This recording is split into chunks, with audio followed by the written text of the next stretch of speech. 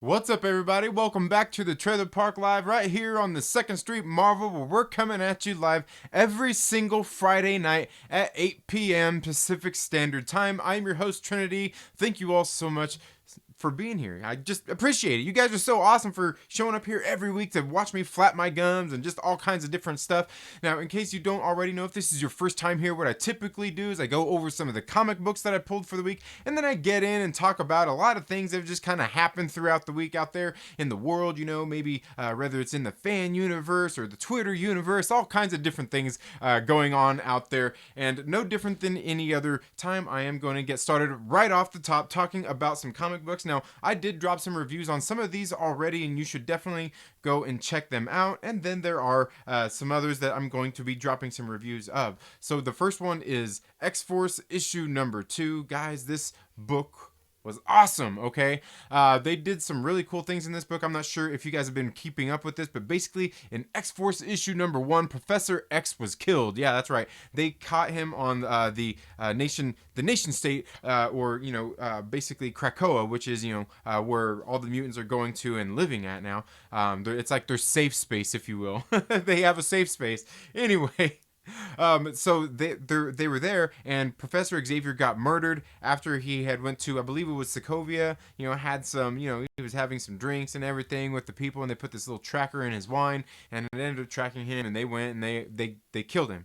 And then here we found out exactly how they did that in a little bit more detail, and I'm telling you, there's some graphic detail here at the very end as this tale about Xavier getting assassinated and them trying to figure out how they did it turns into a body horror tale. Oh my God, look at that!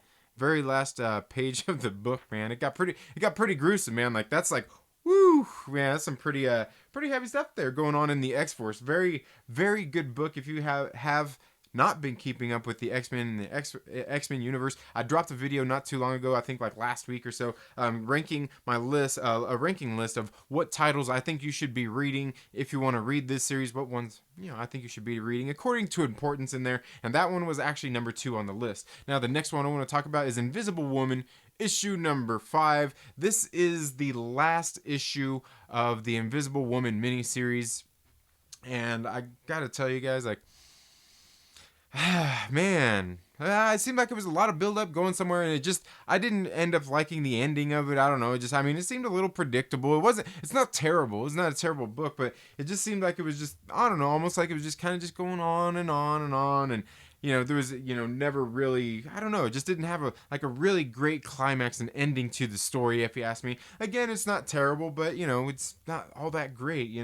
But I don't know. I mean, I'm sure there's somebody out there that enjoys this book, and sometimes the art in it is really good, and sometimes it's kind of, I don't know. I think it just kind of depends, and yeah, I don't know. You just have to check it out and read it for yourself, man. But it's Invisible Woman. It's a 5-issue miniseries already over. Sometimes miniseries are kind of nice because you don't have an ongoing. The next one I've got here is Jane Foster Valkyrie, guys. Yeah, I've been pulling it. Come on, man.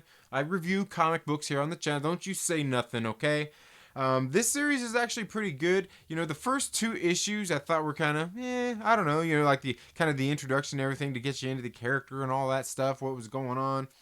I didn't really like the first 2 issues much. Issue number 3 was actually pretty decent. It had some really great art in it. I finally got caught up on 4, and now issue number 5. And this first arc, it was okay. It was okay. It's not terrible. It's not great. Once again, I'm probably gonna stop pulling this series afterward. I don't know. Maybe I'll go through and because I've got a kick-ass local comic book shop. They're absolutely great and very supportive here at the channel. I may still do some reviews on the Valkyrie series as well. But overall, there's 5 issues. Is the first story arc is done, and I think I'm pretty done with it. Gonna probably try out maybe another series, get that added onto my pull list. Now the next one here is Shapes, and this is issue number 1. This is on Cave Pictures Publishing. Now this one right here, if you have kids, I don't know, maybe younger kids, like my daughter's like 9 years old right now. This is definitely a good book for them to read. It's a story about this kid who is looks like he's probably middle school, high school, maybe maybe he's a freshman or something, who is kind of, he's just like a nerd. He's a geek. He likes to game. He's a gamer, and we open up with him in this virtual world, where he's sitting there in a video game with his best friend. Just playing a video game, and they're going through the levels, and they're getting to like the highest level. Now the thing about this video game is it's very popular. A lot of people know about it. And this kid here, Trip, I believe that was his name, Trip, he is a very, I mean, he's very well known out there. Even like the teachers and stuff at his school know who he is, and they follow him, and watch all his gaming ventures and all of that kinds of stuff too. So what ends up happening is he's playing through this game, and he almost gets sucked to this portal as he's getting ready to finish the game, finish this like last level that nobody else has ever done. He almost gets sucked into this like black hole that's in the game, and it turns out later that like supposedly people are saying that people are hacking the game, and they're hacking our information, and people are getting shut out of the game by getting sucked into these black holes. And he nearly went into one, but his account ended up getting deleted. Yeah, Trip got canceled. He got canceled. And so and then he goes to school the next day, and we see he's got a bully. Even one of the teachers is there talking to him, saying, hey, man, I seen your game last night, pretty good, man, we're all cheering for you, this, just talking about all that kind of stuff. You can tell he's pretty popular. You see, you can see some of the art there in the book. And then what happens is and he thought before he was going to school, he's like, man, I can't get on my phone. I think I got hacked. I think I got that virus. And so anyway, he gives his phone to his friend. His best friend is a girl, and this just happens to be Trip's birthday as well. That this is taking place on, and he gives the phone to his girlfriend. I mean, it's not his girlfriend, but it's his girl that's a friend, and she takes it to check out his phone and see what's wrong with it. And it turns out when he gets home, he finds out that his account did get hacked. He can't get in. He don't have a sign on. But then what happens is he ends up getting. He hasn't seen his father. His father's been missing. Ends up getting this ring from his father that his father wanted to have when he was a kid, once he became a teenager. Basically his mother gives it to him, and it's his ring, and like these shapes come alive. You don't really see them on here, but I guess you can kind of see them somewhat represented right there. They end up coming alive in like at nighttime. He thinks he's in his dream, but then he actually basically goes into the game without being signed onto the phone or his computer or anything like that, and enters the game, and everybody online actually watched him play the game, and these shapes were there helping him to get to the end and defeat, just win the game, right? And then again, he goes through the course of this, like there was one of the kids that was the bully ends up in the game as well. And he ends up this kid Trip kicks the bully into one of those black holes that shuts people down. And well, what happens is that kid comes up missing, like in real life. When they log off the game, the kid ends up missing, and so the police are. What we find out is the police are looking for Trip, to question and ask him if he knows anything about what's going on. So, again, I thought it was a pretty good book, and it seems like that this I don't think the kid is dead, and I don't think the kid's father is dead in this book neither. Just some pretty cool setup. I like this book. Like I said, it's very very kid friendly. It's got some decent art in there. You can kind of see. I'll show you a little bit more of it there. Some of the different color work where they did in some of the different scenes and everything. Altogether, pretty decent little book. Like I said, if you got a kid, definitely something you might want to get them to check out. The next one I got here is Last Stop. This book right here was very good. Now this book is Last Stop. It's on Scout Comics, and it's part of this thing right here called Nonstop right here. I'm not sure if you can see that right there, but basically what's going on here is this is an issue number 1. They did this first issue, and then what's going on is we find out after you get to the back of the book is that they're actually just doing basically a trade paperback that they're releasing in February. So you don't have to buy issue number 1, issue 2, issue 3, issue 4 and wait for months and months and months. You get this book right here that just came out here at the end of November. You only got to wait till February, and you can buy the whole trade paperback in one book for $19.99. So this is basically just it's the premiere. It's like a primer issue for the trade paperback getting ready to come out. And I don't know. I think that's pretty cool, and the story was pretty good. Now, it seemed like it was kind of like a Punisher, like superhero. I think the guy's name is Unstoppable, but this guy right here, he seems like he's like kind of like Punisher. And then he goes to work, and he has a captain that looks, I mean, I don't know, looks like a different version of, kind of like Nick Fury. You know what I mean? Just like, and that's some of the art in the book book right there. Again, it's not bad. It just doesn't seem like totally original concept, but who knows? Maybe there's something original going on in the story. But I thought I thought it was decent. I kind of like the way that they did that. One issue, and then all of a sudden you're gonna go out there, and there's gonna be a trade paperback next thing you know, so you don't have to wait for all the issues. You just gotta wait for the trade paperback in that case. I don't know. Kind of a cool. It was a cool book, cool story. I don't know. I'm thinking maybe I'll go to the comic book shop and tell them, hey, I want that trade paperback when it comes out in February. Perfect too, because you got time before before you got to get the orders in for December for it to come in February, so you can have it on your pull list. Like at my local comic book shop, they would I'd get a % discount for having it on my comic book pull list. And that's probably why you should get out and support your local comic book shops. And I'm not saying all comic book shops do that, because I don't know that they do. The next one we're going to talk about here is Roku, issue number 2. This one's on Valiant Comics. Now this one, I read issue number 1. Yeah, it was okay. Some of the stuff in this issue I think should have been in number 1. A little more. I don't know, just a little more stuff to bring you into the story. It didn't really quite hook me in. And Roku is basically she's kind of like an assassin for hire. You know what I mean? She goes into places, infiltrates them, gets information, gets whatever, and gets out. But she's got like these kinetic, telekinesis and all these, just some different superpowers. She can control her hair and use it as, as a weapon and different things like that.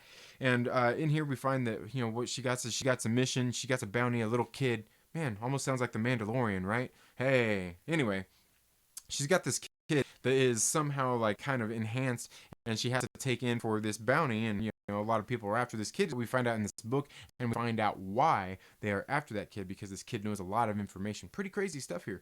But again, like I'll show you some of the art in this book. I mean, it's not too bad. It's not that great. This is being written by Cullen Bunn, and I've read some of his work. He's a pretty good writer. And this is only a 4-issue miniseries, so something if you want a miniseries, you could definitely check some of that stuff out if you're into that sort of thing. But the one thing I had to say about this book, guys, is that just that cover. Okay, I know, I'm just bad. I'm just bad man. But I don't know, man. I seen that cover, I'm like, I might buy that issue. And the next one I want to talk about right here is Machine Girl, issue number 1. This is on Red 5 Comics. This one right here is, it almost seems like this character is something like an Alita Battle Angel, but she's actually from Earth, and I don't know, just I don't know, it was okay. This girl right here, Megan, she's a fighter. She's going and fighting in these tournaments, and her father doesn't know. She's in, I believe she's in school. She probably, I don't know. You learn some stuff. I was too busy looking at the art. I'm just kidding. But she's like this half like cyborg human kind of hybrid. Like the cyborg is somewhat like a human. For the most part, like this doctor created like kind of like a Alita Battle Angel. And anyway, it's just an introduction to her world and her fighting in these tournaments, and they're going to just find out more about her past, and we see that there are people after her actually here, but she's going to learn more about her past here by the end of the book, which links back to Earth, a whole lot of different stuff that we don't know about, because we also learn a lot about this doctor in the book who created these cyborgs and what he created them for, and just all these different kinds of crazy things. But guys, uh-oh, I better look out. You know what I'm saying? What's their names is gonna get me. Kappa's coming after me. That's I don't know. Not too risque. I mean, they don't really show anything. You just kind of see her out of her clothes in the shower. You don't see, hey, guys, calm down. But hey, it was a pretty decent issue. It's only a 4-issue miniseries too, so I mean, if you want the art in the book and a little short miniseries, hey, go look into it. It wasn't too bad, and and look at that cover though too. That cover right there is really nice. I mean, hey, I don't know. I'm willing to stick it out for 4 issues and see how it is. I don't know. We'll see. We'll see. What do you guys think about that? Anyway, that's all I've got for the comic books that I'm going to be pulling this week. That I had pulled for this week, guys. Don't forget, I've got my 1-year anniversary. That's tonight. This is my 1-year anniversary. Yeah. 1 year I've been doing this. I've had this channel, and on Sunday I'm going to be doing a live stream. Probably going to go for a few hours. bring some different guests on, have a whole bunch of fun. But I'm doing a giveaway on that show, guys, and you got to get entered into it. All you got to do is go back to like last Sunday, go scroll through some of my videos. I'll see if I can put the links here somewhere or in the description here. Go check out video. It's called Road. I think it's Road to 1,000, my 1 year anniversary, something like that. I'll tell you how to get entered into the way for a volume 1 of Neon Future. It's a trade paperback. It's a thick book. It's nice. All you got to do is be subscribed to the channel, live in the United States, and go watch that video and find out how to get entered. What it's going to tell you is you end up having to go watch this other video and say something, find out what the password is on this, to get entered into the contest. It's an Easter egg hunt. Come on, guys. Come on.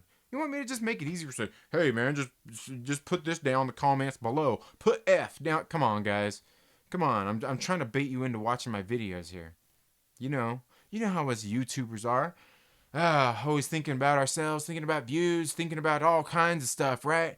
Yeah, that's how it goes. And in case you guys don't know, I do have a special guest I'm going to bring here onto the show tonight. But there's some interesting things happening here towards the end of the week, and we're probably going to get into a little bit of that here later on in the show. But yeah, it just seems like it's always something coming up. Somebody's always got an issue. I talk about it so much on this channel. I'll say I almost get exhausted talking about it, but it's something I like to talk about because people just don't know how to act.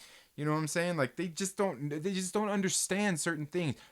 I don't know. You guys have probably seen it. If you guys follow me on Twitter or anything like that, or if you even caught the my morning movie chat this morning, or if you even caught my chat yesterday, I talked about this exact same thing. There's a way that we should conduct ourselves when we're around other people. You know what I mean? It's called being decent, and having some patience, like you don't have to flap your hands in somebody's, face and say, hey man, give me some attention. Well, I don't know. Apparently some people do, and that's what they got to do. And we're going to talk about a little bit more about that later in this show. Other than that, I don't know.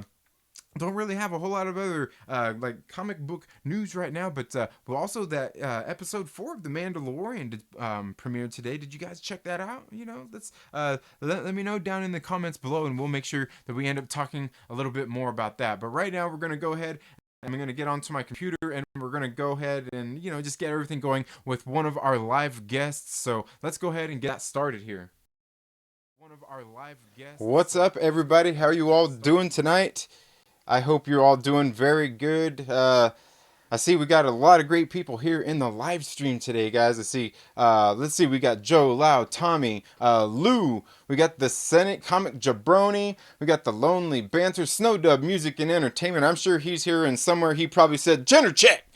Woo! Yeah, guys, hope you're all having a good night. Man, it's been quite a crazy week out there. And then we just got that last episode 4 of The Mandalorian, guys. I mean, let's hear it for Baby Yoda, right? Baby Yoda! Woo! All right. Well, guys, tonight, once again, lately here on the Trailer Park Live, I was actually going to do the Trailer Park Live solo again tonight, but, just things happening here towards the end of the week. I just had to bring a special guest on for you guys, so we can, I don't know, chat and maybe get to know who this person is just a little bit more. So, without further ado, we're going to say hello to Darth Lunga. Hello. Go ahead and introduce yourself and tell everybody What's up, everyone? How you doing?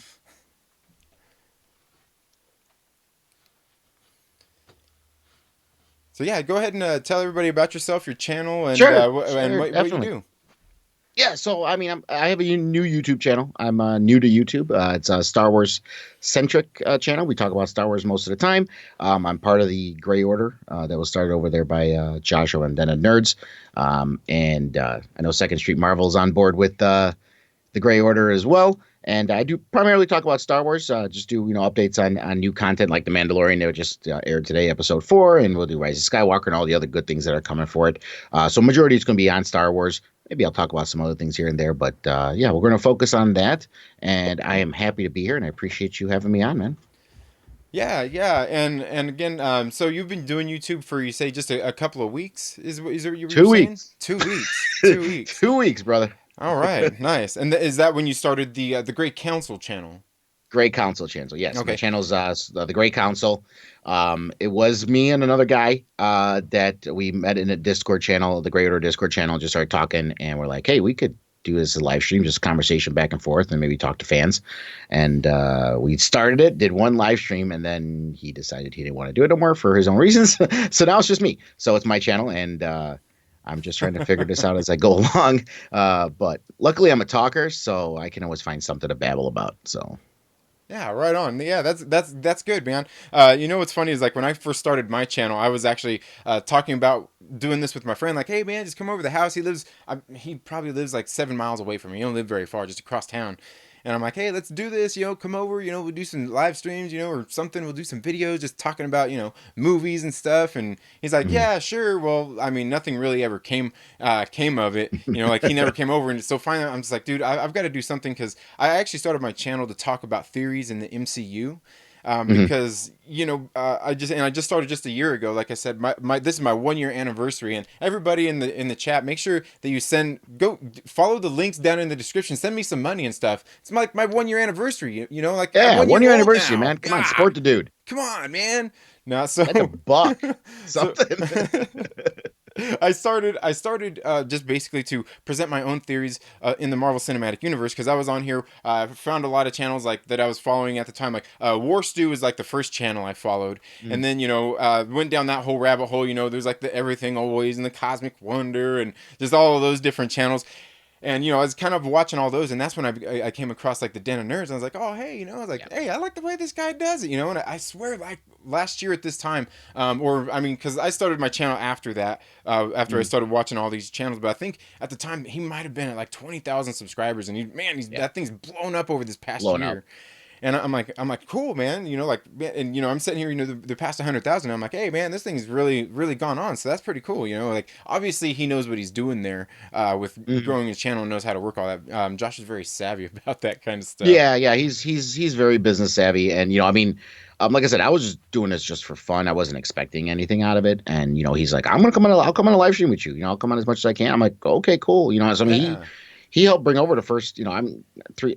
To some people, it may not seem like a lot, but 300 subscribers and I only have like 3 or 4 uploads. I mean, that's a lot of subscribers to start out with. Yeah. So I owe him, that to him, and I appreciate it, and I appreciate getting you bringing me on here to to give me a little exposure too. But yeah, 1 year anniversary for you. That's a great thing, man. Yeah, yeah, and it's cool, and that's why I started off was to present my own theories, because at some point I realized I'm like, hey, all these guys are just doing these plot leaks, these theories that are just on Reddit and 4chan and all this stuff. I'm like, but Mhm. like if you look into these theories and you like a nerd like I am, about these damn movies. Oh, and in case you don't know, the Trailer Park Live this is a cursing zone. We can curse around here if you want. I mean, Okay. feel free with the language. I normally am. Just it's been a long day, Yeah. so I'm not my normal frisky self right now. Um, but so Yeah, I I. usually hold back on the language unless I get told otherwise. If I get told otherwise, then I'll let them fly. Oh But yeah, yeah. here on the Trailer Park Live, we're 100. You're good to go. So All right. I started and doing my own theories, and I was like, okay, so I'm gonna make some videos on this, and I'm gonna, somewhat did them like some of those other clickbaity guys out there, and as soon as I did a couple of them, I'm like, you know what, I want to do more, I want to do more than that, but also when I do the theories, I want to do my own theories, not just like the latest plot leak. And Mm. so, and that's kind of when I also kind of realized like there's so many other people out there, if you're going to do that, that are better at it than I am and even have inside sources. So for me to even try to compete with something like that is, I shouldn't even really try to do it, like I just need to I need to find my own groove and just do my own thing. Yeah, I mean that's what it boils down to, because I see a lot of the big, especially the bigger channels when it comes to Star Wars. They have their sources, they have inside people, they give us, and it's like I don't have none of that shit. So it's like, but what do I do? I like speculating, I like theorizing. I mean, even if I'm wrong, I don't care. That's the biggest fun to me about any kind of comic stuff, sci-fi, all the nerdy stuff that we're into. It's speculating and theorizing about, oh, wouldn't it be cool if this happens? What about this happens? Oh, let's take a look at this, And if it doesn't, you might be disappointed, but you know what? Then you look forward to the next thing, and that's what I just try to do on my channel. I'll update on the new stuff that comes out. Like when the Mando episode dropped today, I did a drop this morning for a video breaking it down. But other than that, I like talking about, well, what can happen next. Where can we go from here? What's this little threat, especially with some lore as deep as Star Wars and everything up in the air, not knowing what's canon really. Some of it's canon. Are they going to bring this back? Are they not going to bring this back?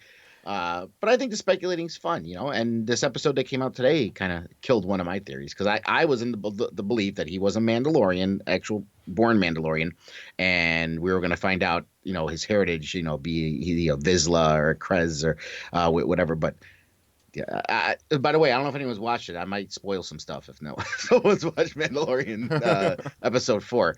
So spoiler warning. But yeah, but you find out that he's not a natural born Mandalorian, and he was basically taken in by the Mandalorians and raised as one of their own.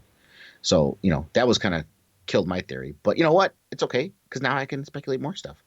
Right, right, and that's the fun of it is, you know, you like, like I said, that's how I started off. Is like, you know, I'm like, I was coming up with my own theories, and I'm like, okay, but then the bad thing is like I have my own theories, and I think some of them were actually pretty good. But then the other thing is like I'm a new YouTuber. I have like 3 videos up. I have like Hmm. fucking 20 subscribers. Ain't nobody watching my shit. So then, you know, and plus I don't know how to clickbait, you know, and that's, you know, really what it is when you're doing that kind of stuff. You got to clickbait Yeah. people into that shit, you know. It's just like come on, come watch my video with a provocative headline and, you know, Right. a clickable thumbnail. And, you know, it's funny cuz you know, a lot of people ultimately think that like clickbait is a bad thing, but I'm kind of the opinion that, you know what, clickbait is a good thing depending on what you're doing. It's just there's good clickbait and there's Yeah. bad clickbait. Yeah, there's a science to it. I mean, I'm not gonna claim I know it. I haven't been around long enough. Josh has kind of tried to help me out a little bit with it. But I mean, again, there's good clickbait and there's bad clickbait. I mean, the good clickbait is just having that catchy title or image to draw the people in, and it matches what your content's going to be about. The bad clickbait is when they put, you know, purposely deceptive titles or things just to get people in to hear what they think they're going to hear, but it's not. You know, you're just doing it Right. just to get the people in.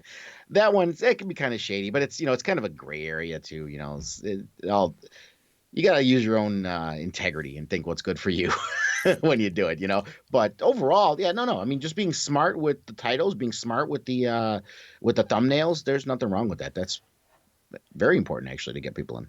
Yeah, the man, that's funny. You bring that word up, man. A word, you know, I've talked about that a lot here. Integrity, Mhm. integrity. You know, and to me that's something, you know, that's very important, especially like with somebody who, you know, I think even us as content creators, no matter what we're talking about, we still have some sort of responsibility to the people who are watching our content, and at least maintaining some sort of integrity and you know, towards us and for our fans. You know what I mean? And Right.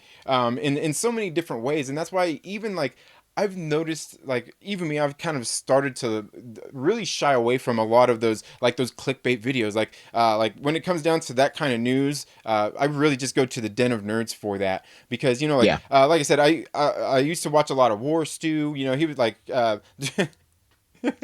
I'm never even gonna get into Warstu, but Warstu was a cool guy. I used to interact with Warstu a lot. He was a great guy. And then like what, like I don't know, just like I shared one of his videos one day, and like he's like inboxing me on Instagram and stuff, saying like dude, what's that even mean? Like blah, blah, blah. I'm like, bro, like it was a joke. I just shared your video, man. Like Yeah. it was a joke, bro. Like, and I told him, you know, just because like even leading up to that, like he was just acting really weird, you know, like, and you know, I even talked to my wife about it. She's like, I don't know, it sounds a little weird. I'm like, I don't know, and so I told him like, dude, it was just a joke, man. I'm not sure. Like lately, you've been like all serious about stuff, and like if you don't want me like interacting with you, all that stuff, like it's cool, bro. Like you're good, man. Like I'm not that worried about it. Like I was just sharing your video and being funny. Yeah, yeah. People get sensitive. They get they Yeah. get they get sensitive. And you know, I mean, when they put so much time into, I mean, not to justify the sensitivity, but sometimes they put a lot of time into it, so they get really, you know, Oh yeah. um, touchy Yeah. about certain things. Yeah. The funny thing is, like me, I mean, I do use YouTube just as much as anybody else does. I'm on YouTube a lot, but I'm not like the typical person where I'm not a big subscriber. I literally was just a guy that like picked videos off of my recommended homepage. You know, I'm like, well, it's here, what's here, and they kind of curated because they knew what I watched. You know, so I'm like, this is cool. And but then I did catch on to Den of Nerds, and I'm like, you know, I really like his show, so let me just subscribe to this one. So I subscribed to him, and I also subscribed to like Emergency Awesome.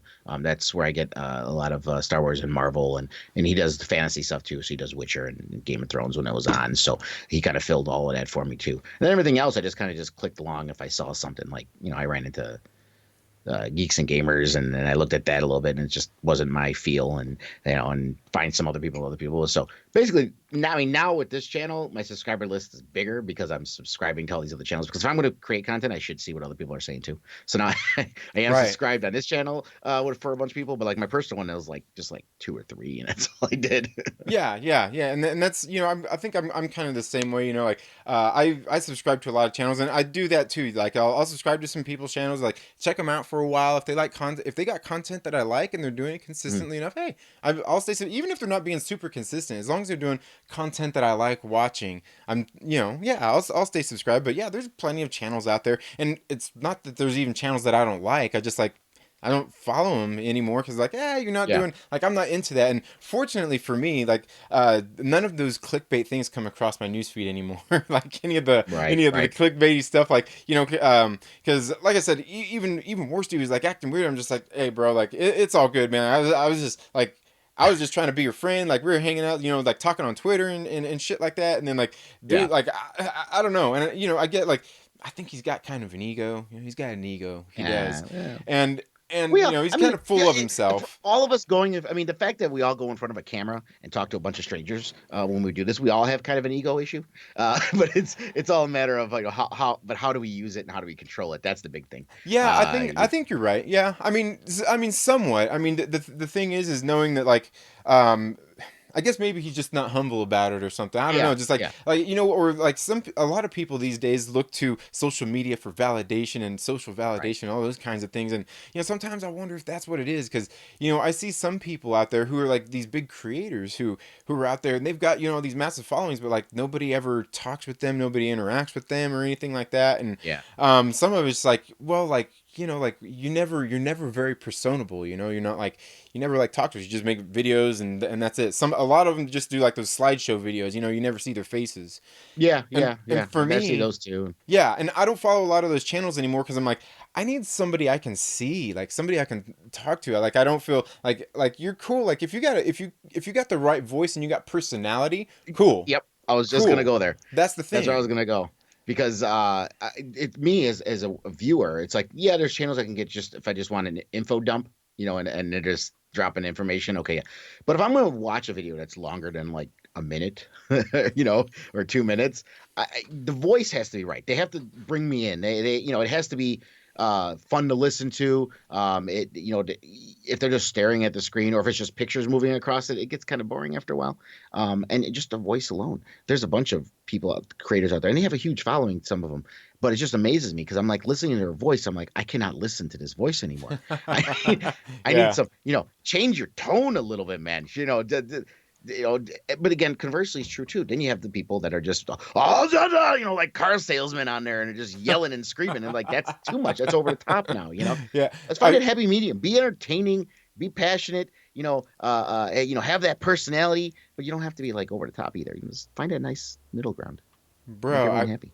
I, I kind of feel like right there by saying over the top and animated, I kind of feel like are you throwing shade at Eric Voss?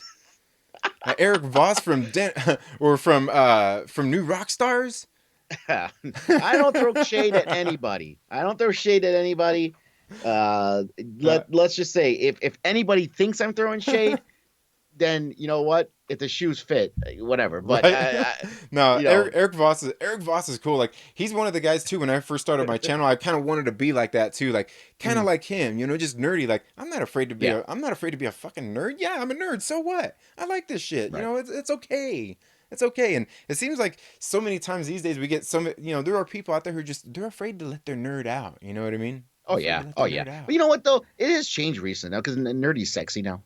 So it's just Yeah. like just when you see all the cosplayers and all that, it's like being nerdy is like cool now, and everyone. I mean, I remember when I was a kid. Okay, I'm 45, so I was 10 years. Literally, like when you think about Stranger Things, that was my age Right. group. I was like around that age in '85. You know what I mean? Yeah. And it was not cool back then. Okay, I was Hmm. reading. I was a freshman in high school. I'm 14. I'm reading comic books, and I couldn't talk about this stuff. I'm reading comic books. It's like, dude, you should be talking about girls and this and that's. Like, well, I still like girls, but I like comic books too. But I couldn't talk about this because it was, people. But nowadays, it's like, you go to school, you don't read comic books, you don't know Marvel.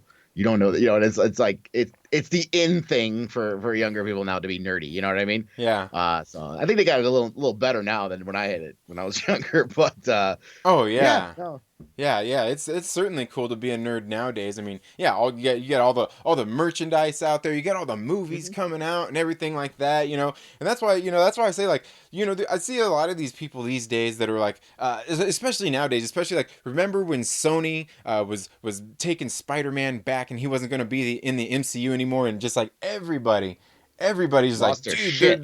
they're like so pissed off, and I'm like, I'm cool with that.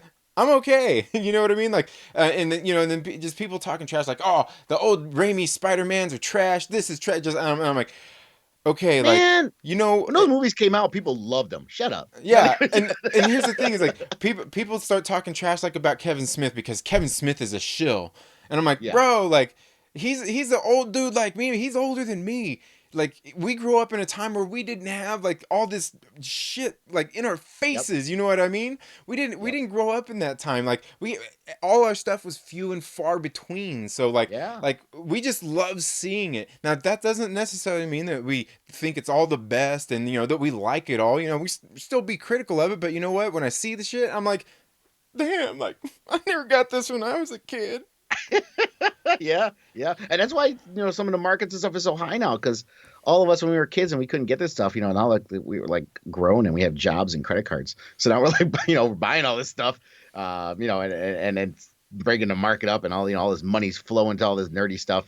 But I mean, it brings you to another thing because I think people sometimes lose touch with it. That, at the end of the day, let's be serious. Not that we can't consume it, not that there's any shame in it because I love it. But this stuff is made for kids. I mean, it's geared towards kids and families. It's always been that way. It's comic books, okay, and even Star Wars. People like to try to change. Well, no, it still has a lot of adult themes. And listen, George Lucas has said it for years that he made this for kids. Again, it doesn't mean adults may not apply. You can obviously enjoy it. It's for all ages, but it's geared towards kids. So you know what? When you see things that, oh, that's silly. That's for, well, yeah, well, because it's made for kids. God damn it. That's why it's like that. You know what I mean? What are you going to complain about? I loved Transformers as a kid. Transformers was my favorite toy. And when a Michael Bay movie's come, I'm like, what the fuck is this shit? This is horrible. Wow, I Yeah. don't like this. I watched. But kids loved it. My Yeah. stepson is 11 years old, man. To him, that was his Bumblebee. That was his Optimus Prime. And I'm like, look at this kid. I'm like, man, this shit sucks. And he's like, I think it's cool. Well, am I going Yeah. to tell him? I'm going to tell him, no, it's not. He's a kid. He thinks it's cool. I mean, hell. Yeah, yeah, and that's true. Like all those Michael Bay Transformers Yeah. movies, I watched those, and I just watched the first one. I'm like, I can't. Like, they were doing the second one, like, no, I'm good, and and I'm not saying it sucks. I'm just like, I'm good. I didn't like the first one. I doubt I'll like the second one, but I did watch some of the Bumblebee movie, and that was actually a pretty decent movie. But Yeah. again, Yeah. not Michael Bay. They kind of rebooted a little bit. Right. Well, Michael Bay's not in charge of the Bumblebee movie. Right. It's a soft reboot. It's like they reset. It's like what DC did with Rebirth. They kind of like reset the timeline Right. to where it's a soft reboot, and it's still the same kind of characters, but they're gonna like reboot it with the new 52 kind of deal with Transformers. And I got to tell you, there was fan service actually in Bumblebee that there wasn't in the other ones. But I mean, they played the song in the car in Bumblebee when he was sitting there from the original cartoon movie from '85, and I'm like, oh, that was awesome.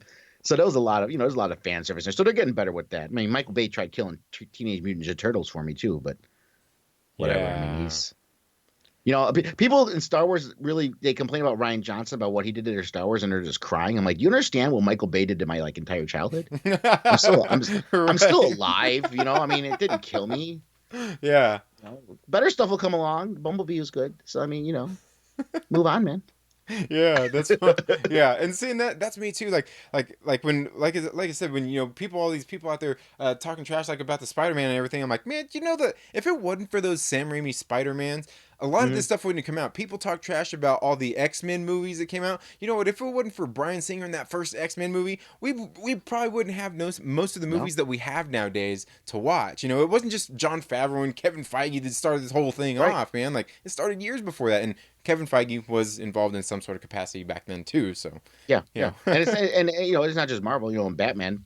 For a right, while, people used to talk crap about the Michael Keaton one. right, yeah, And now it's coming full circle because people are so angry about Justice League and Batman versus Superman. They're like, oh, the Michael Keaton one was the best one ever. I'm like, man, when that came out, people were so mad that Mr. Mom was gonna be Batman. Yo, They were yeah, just yeah. like, you know, And I eh, like Mr. Mom. Damn it, yeah, that's one of my yeah, favorite movies when I was a kid. yeah, Was Mr. yeah. Mom. Yeah, And but I Gung like the Ho. original Bat. I like the Michael Keaton Batman. I thought Oh yeah, they were good, and I think they've held up to the test of time. yeah. There's some things I watched I like when I was a kid. And I look at them now, I'm like, I like this. I'm like, this was boring as hell. I was a kid apparently, so that's why I liked it. But the Batman movie was good, and there's a lot of stuff like that, and everything's it's cyclical, man. Okay, you know what? They make a bad version of it, and it's gonna come back around, and someone else will make it, and you know, things change, man, and you gotta gear it towards the kids that are watching it now. Right, right. Yeah, and that's yeah, just like I said, even when all these changes happen, I'm like, I never get that worried about it. I'm just like, oh, Mhm. well, Sony's gonna make Spider-Man movies now. I mean, and people are like, oh no, they do terrible Spider-Man movies. I'm like, man, the last Spider-Man movies, everybody was eating those movies up. Okay, Yeah, like when Spider-Man 3 came out. There wasn't a whole lot of people that were angry with it. Maybe some of the critics, talked a lot of trash about it, but like overall, a lot of the people didn't really, it wasn't, believe me, it's not the best movie, but they weren't as angry as they are about some of the stuff that happens nowadays. You know what I mean? It's like, it just wasn't that great of a movie. But, like I said, except for Amazing Spider-Man 2, I don't know if anybody liked that one. I don't know no, if I mean, I was again, see me. The issue I had, and it's usually these little things. Again, I didn't think it's like, oh, you destroyed Spider-Man. But, Andrew Garfield Spider-Man, I mean, he was good as Spider-Man. But people have said this. His Peter Parker was just too cool. That's not Peter Parker. Peter Parker's not. He was not the cool kid. He's not the one that everyone loved and was popular in high school. He was the nerd. He was the bookworm and he was awkward. You know what I mean? So having his skateboard and Andrew Garfield was kind of it's like this is not Peter Parker to me. yeah. Um, Me, but but look, now we got Tom Holland and he's how it was. So it comes around. Yeah, I think for me, I think the perfect Spider-Man is a blend of every single one we've had. It's a blend of Tom Holland, and it's a blend of it's oh man, why all of a sudden I forget Tobey Maguire's name, Tobey and Maguire. yeah, and even Andrew Garfield. It's a blend of all of them that is really the perfect Spider-Man that we need. You got to take elements from each one to have it. But I mean, Tom Holland is probably the best one, but I'm not a really big fan of the MCU Spider-Man anyway. So. Oh wow, Like, you're not. no, I'm not. And believe me, I love Spider Man. Spider Man is like my favorite character. But like, I'm not the biggest fan of it only because, like, for me, the current MCU Spider Man, he's more like I like to call him Peter Starker. He's just like that Parker Industries Peter Parker that Dan Slott Yeah, was yeah. doing and all that. And I'm not. Yeah, I didn't read a whole lot of that stuff in the comics. I don't know a whole lot about it. So I'm not saying anything necessarily bad about that. But I don't like that Peter Parker, and I definitely don't like Peter Parker looking up to Tony Stark. Tony Stark is barely a good guy, for one. Yeah, yeah, he's not. I mean, but again, the MCU kind of rebranded Tony Stark. Yeah. I mean, Well, and even there's a lot of people that there's a lot of people that for some reason don't they just don't like they don't like Tony Stark. I mean, yeah, people are in and love with Robert Downey Jr. as Tony Stark. oh yeah, me too. Yeah, That's what totally.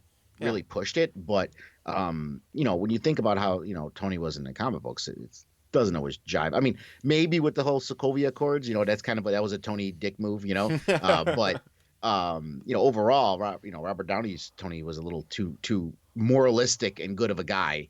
That the actual Tony Stark in the comic books, not so much. yeah, you know. yeah. Yeah, and yeah, me, I just don't. Yeah, and that's what I don't like about the Peter. Plus, we don't get to see Spider-Man fighting crime in New York. Okay, can we see him Right. fighting crime in New York? And yeah, and just like the whole super high tech outfits and all that. But like I said, but for me, the perfect one is kind of a blend of all three of the ones that we've had. And Mhm. so yeah, and again, but yeah, I did like a whole video on Tony Stark and why I don't think he's a good guy, and what what is the video? I think I did it back in February. It's called the Stark Sham, and I built this whole case about pretty much all of Tony Stark's tech, aside from the actual Iron Man suit that he built. It's all stolen Dr. Zola tech. Yeah, I mean, pretty much, and when you think about other things, especially the Spider-Man, I mean, it could. And people were criticizing, like they said, you said how people were angry because they left MCU, but now it's back. But there could be some exciting stuff coming because Sony is going to be making. I mean, they're still technically making all of them. But when they get into the with the Venomverse, which I think we're going to see, there's going to be some in Sinister Six. There's going to be some interesting stuff I think coming out of the non MCU tie-in Spider-Man movies. You know, what I mean, the non-group films. So just the individual Spider-Man. I think they're going to try to get back to basics with that. I mean, that I hope they do. I mean, that's what it sounds like they're going to do. So we'll see. Yeah, yeah, yeah. All I can say is like for me, just what a time to be alive. What a time to be alive. Just great stuff.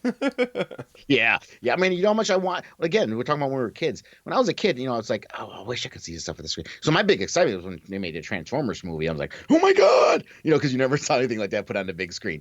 And now like everything 80s is cool. So like all the shit I like when I was a kid is all coming back to the theater. Now people just do it right, we'll be okay. Right, right, yeah, and that's the ultimate thing, and that's part of it too. You see all these things, and sometimes I think people can't decide what they want. You know what I mean? People are like all this nostalgia, pulling out the member berries and all this and that. Like we don't want that. We want something new. But then at the same time, you see something that's done really good. You're like, ooh, nostalgia. Can I get more? Top Gun 2. All right. Yeah. Well, I would say make something new, but Jesus Christ, this goes back to William Shakespeare said there's nothing new under the sun. The tropes are constantly repeated in media and in literature and in movies. It's gonna happen, And guess what? The reason why all these 80s movies are back is because everyone who is a kid now is my age and they have money and they want to spend their money and they want to relive their childhood because they're in midlife crisis. So that's why all this stuff is coming back from them, Yeah. I mean, it happened, it always comes around. Certainly. And but before we go on, I want to say what's up to some more people in the chat. Yeah, I see we got Lonely Bands here, the Senate, Snow Dub Music and Entertainment here says Jenner check. Woo! Can't wait for the Ribbit and Bigot show tomorrow, my brother. Perp Minded is here. We got Tommy, the hardest working moderator on YouTube. Let's see. We got the Great Council in here. That would be your channel there. That'd be me. That's Maverick me, yeah. Pilgrim. Thank you so much for being here. The Lonely Banter. Oh, I think I already said LB, but it's all good. Lonely Banter is an awesome guy. Let's see. Who else do we got here? We've got Lou. Lou was here for I don't know, maybe for at least a little while. Maybe he's still here. We got Wookiee Supremacy in the house. What is up, Joe Lau? How you doing? Let's see who else we got in here. Comic Jabroni, man, we got a whole bunch of people in here, man. I hope you're all having a very good evening today. Okay, so let's. Did you mention Ken from Den of Nerds? I just saw him pop up. Yeah, I was gonna say I'm getting here towards the bottom. Seeing where we got Terrazon. Thank you so much for being here. TT. I'm just okay. I'm just gonna say that it's TT. I'm not gonna. Should I say that fast? I don't know. Yeah. Yeah, we got Ken Cullen. Thank you so much for being here. So let's see what do we got. What's everybody in here saying? I hope you're all having a good night. Tommy says looking smooth. Yeah, man. Just got my shave on earlier. LB says get these woke comics out of here. I know, dude. Like you put a female superhero in a comic book, man. Dang it. Let's see who else we got here. Halo Clean Shaven, Second Street Marvel. Yeah, man, I took to a razor. It's only because I shot this video of something a little skit for you guys that I'm going to be doing.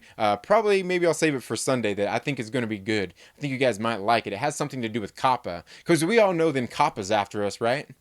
Oh yeah, Kappa. I'm just glad I do not have a large library to worry about since I just started. Oh, it's so funny because everybody's so worried about it. All this stuff like, oh no, like they're gonna shut down. Like it's not that big a deal. Just don't falsely misrepresent your content, and you should be good. You should be good. Yeah, I mean, again, there's two camps. It's just what's really gonna hurt is, like I said, your general channels. It's not gonna do too much. What's really gonna hurt is the family channel, the people that make content for kids. It's Right. gonna hurt them because they're losing 90% of their income. Right. With that. So if you're legitimately making a good, honest program for children, now you're demonetized basically, because that ad revenue from that's gone. And it's also going to hurt, it can hurt, not hurt, but the fines is what people are worried about. To where if you Right. have shows like that are appealing to children, like comic books and Star Wars, and even if you say no, it's not for children, Right. they can say, well, this is still appealing to children because the COPPA law that was written in 98 was it, 97, 98, Yeah. it hasn't been really updated, and it's a very vague and general what is appealing to children, which is literally everything Yeah. nowadays. Right. So that's kind of vague. I mean, I think it's going to land somewhere in the middle. I think a majority of channels aren't going to be that affected by it. Right. But then you're going to see a couple that are going to get slammed, and then everyone's going to hit the panic button because there was, 4 or 5 channels that everyone knows that got like hit with a bunch of fines, and then. But again, we don't work at those channels, so we don't. You don't know their due diligence to be. If its channel's been around for a long time, you got to look through every video to figure it out. Right. So Yeah. this is that's why I wasn't ever planning on making this a career. Right. It's a shaky career. Yeah, So and that's why like I'm just happy to have anybody here on my channel because I'm not monetized or anything yet, but I do have Patreon supporters. I've got plenty of Patreon supporters, and you yeah, know what? They're all freaking awesome. I truly appreciate all those people for even wanting to pass $1 my way, and I've got people who are pledged for more, and just trying to find things better ways to interact with them, and kind of give them their Mhm. money's worth in a way, and I think most of them are just genuinely there to see us and support us in the first place. So I think that's the most important thing, and then just kind of giving them some things. So I do what I can, and I kind of started seeing what like Josh has done with his Patreon. I'm like, okay, I need to Mhm. do something similar to that, and but always still a little bit different, not quite the same, because I'm not trying to copycat anybody, but Right, right, right. Well, just trying to but find there's different still ways to satisfy there's still a people. formula that works. Right, There's nothing wrong with emulating a formula that works. If it works, it works. It's not proprietary. right, Um, but yeah, it's important. I mean, I don't know if I'm ever going to get into the Patreon business. right. I mean, I'm a writer, and I just did a Kickstarter for my fantasy novel, and it's successful, and it's releasing in February. So Nice. my view is going towards trying to earn an income from being a writer. Right, Um, right, and I have this channel, and if it grows great. If YouTube starts sending me checks, if I get monetized, I'll cash them.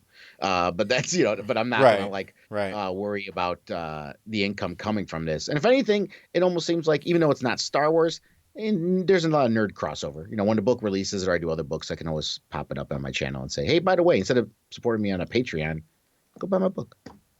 Yeah, yeah, yeah, certainly, exactly, and then that's even better because you're getting the book to actually sell. Like, hey, Getting yeah, some. like, yeah, Yeah. yeah, and that's totally cool. That's awesome. Yeah, I mean, and I know one of my good friends, Lord Callus. That's what he does too. He's actually a writer, and he's got a book that he's been working on writing and stuff as well. I'm not sure if you've heard of Lord Callus, but he's a great Yeah, Star Wars I saw channel. him. I've seen him around.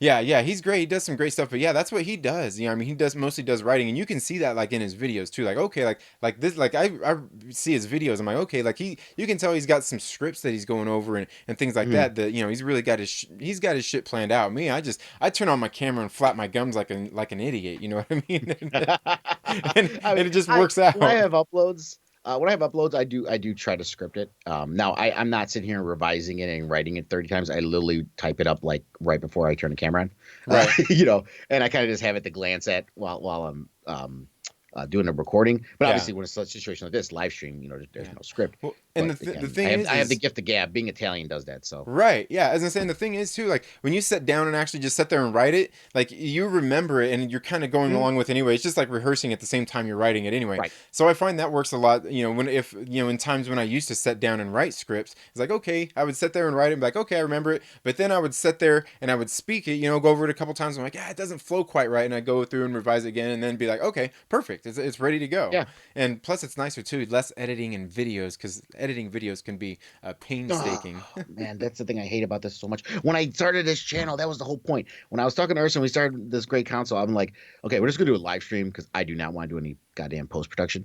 Let's just do a Right. live stream. All right, cool. Right. Then now, he left and there's no co-host, and I mean, I'm gonna try to live stream every Sunday, but I'm not the kind of person that can live stream alone. I need someone to talk to if I'm live. Right. So if I have people come on, that's great. But that means now I'm gonna have to fill my channel with some uploaded content, which means now post production. And when I'm doing post production, of course, I'm ADD and OCD. I can't just like record it and throw it up there. I'm like obsessing over all these little. Did that transition sound right? Ooh, that sounded weird. My face looks weird in that one. And, Yeah. and now I'm deep in it. Like, I stepped in it. Yeah. What am I gonna say? Definitely. And speaking of your channel, okay, so you started the Great Council and Mhm. just kind of as a platform, somewhat to do your own kind of thing, like with the Great Order. Yeah, And yeah. so I mean, the Gray Order. If, for those of you guys who ain't familiar with it, it was something thought up by Josh over at Den of Nerds. And it was basically to, we everyone in the Star Wars community, we're seeing that it's splintered. You have these factions, and the whole culture war has entered into our fun-loving Star Wars, and you have the people on the right and the people on the left, and there's all this infighting, and it's a lot of vitriol and just a lot of anger and hatred, and we're not really talking about Star Wars anymore at that point. right, So right, and at the same point, it's also like, there was some of us that had our criticisms of the movie, and those things that what's going on, we didn't like, especially like The Last Jedi and some other stuff, and there's certain things we didn't like, and we realized, if we said we liked them, you had people like, like the Fandom Menace that would like come at us because it's like, how can you even say you like it? You're not even a real fan. And then if you have a criticism, you have people on the left all saying, "Oh, you're a Nazi, you're a fascist if you're misogynist if you don't like these movies." And we're like, "Damn, can't we just have a criticism of a movie and still be fans?" I mean, right, we could right, do that, and that's what a Gray Order came out about. It's like where we can talk openly about it, but talk in a manner and discuss in a manner that's not divisive, where we right, can have that discussion with people on one side or the other, and still at the end of the day, still sit down and say, okay, well, we're all fans, and not be divisive. So right, Josh started that, and I saw it, and we jumped on it and made his channel. I'm like, well, I can do my own channel. I'll call it the Great Council, and put my content, because that's the same philosophy I believe in. right, Now, the way the Gray Order is, it's not an organization. We don't have a script that's passed down from one channel to another, or we take runny orders from Josh or just. No, my channel is my channel. I do what I want to do on it, and there'll be times I'll disagree with Josh, and that we don't necessarily. But again, the thing isn't about having everyone in the Gray Order agrees. It's about everyone in the Gray Order agrees to be civil. right, That's the important part. right. Yeah, and and largely, I think for the most part, a lot of the Fandom Menace is the same way. They're the exact same way. Mhm. It's just obviously I mean, they just the way the Fandom Menace has been branded. A lot of people automatically pigeonhole them all as a bunch of these bad Right. buzzwords. You know what I mean? And that's that's just something that some of the people that even are Fandom Menacers, they don't really have any say in what other people like the brand of the Fandom Menace is. They don't really have any say in it. You know what I mean? Because they're just Yeah. like kind of all these people I agree with. They like what they believe in. Hey, I'm down with that, and they like that, and hey, that's cool. Like I'm not here to police anybody's fandoms. You know what I mean? I'm not one of those weirdos. The thing is Yeah, yeah, yeah, yeah. No, and no, no. I mean, I get it. yeah, and the thing is like so no matter what, like because I've met plenty of people in the Phantom Menace that are great people, you know what I mean? Yeah. They're good people, but and I'm like, and I largely talk about a lot about that here on my channel, and talking, and not even like about any specific people, but more Mhm. like blanket statements regarding the Phantom Menace, because they are largely looked at as one blanket thing for most of the people. But for me, one of the things is one of my biggest criticisms of like the Phantom Menace is the fact that they don't have any leadership. That's the ultimate thing. The leadership in where there's like Josh is doing with the Gray Order, saying, okay, this is the Gray Order. These are our tenets. This is just kind of what we go by, and like nobody's here to police you or anything. Like all you got to do is not be an asshole, and that's ultimately Yeah. what it boils down to. And then like where the Fandom Menace, like they've got all that, and we can see even in the Fandom Menace there's discourse. They all disagree about different things. It's just another faction of fandom. That's really about it. And they all have different points of view and stuff like that, but largely, I feel with the way that they've been branded, and Josh talks about that, with the way they've been branded is, I feel that they actually need leadership. They need people that at least most of them look up to, and that probably comes to. And it's not saying anybody has to do it, but needs to step up and be like, okay, like this is who we are. Like anybody else, same like with the Gray Order, is welcome to be here. You're cool. If you want to be Phantom Minister, hey, that's fine. That's cool. There's nothing wrong with that. And this is Mhm. kind of our basic beliefs. This is what we believe in. And when somebody comes saying something like, hey, that's the thoughts of that person. That's not all of us. We don't all think that way. And and that's largely my criticism. They just don't have the leadership there where like the great council, like Josh is there saying like, no, here's like, I'm starting this thing, is what it is. I'm not here to police anybody, but here's all we ask of you. That's all we expect. And are we all perfect? No, of course not. Of course not. Right. And I think it's the same thing with the Fandom Menace. It's just that it gets out of hand because it's the same thing. And I was talking about this with Young Ripa a couple weeks ago.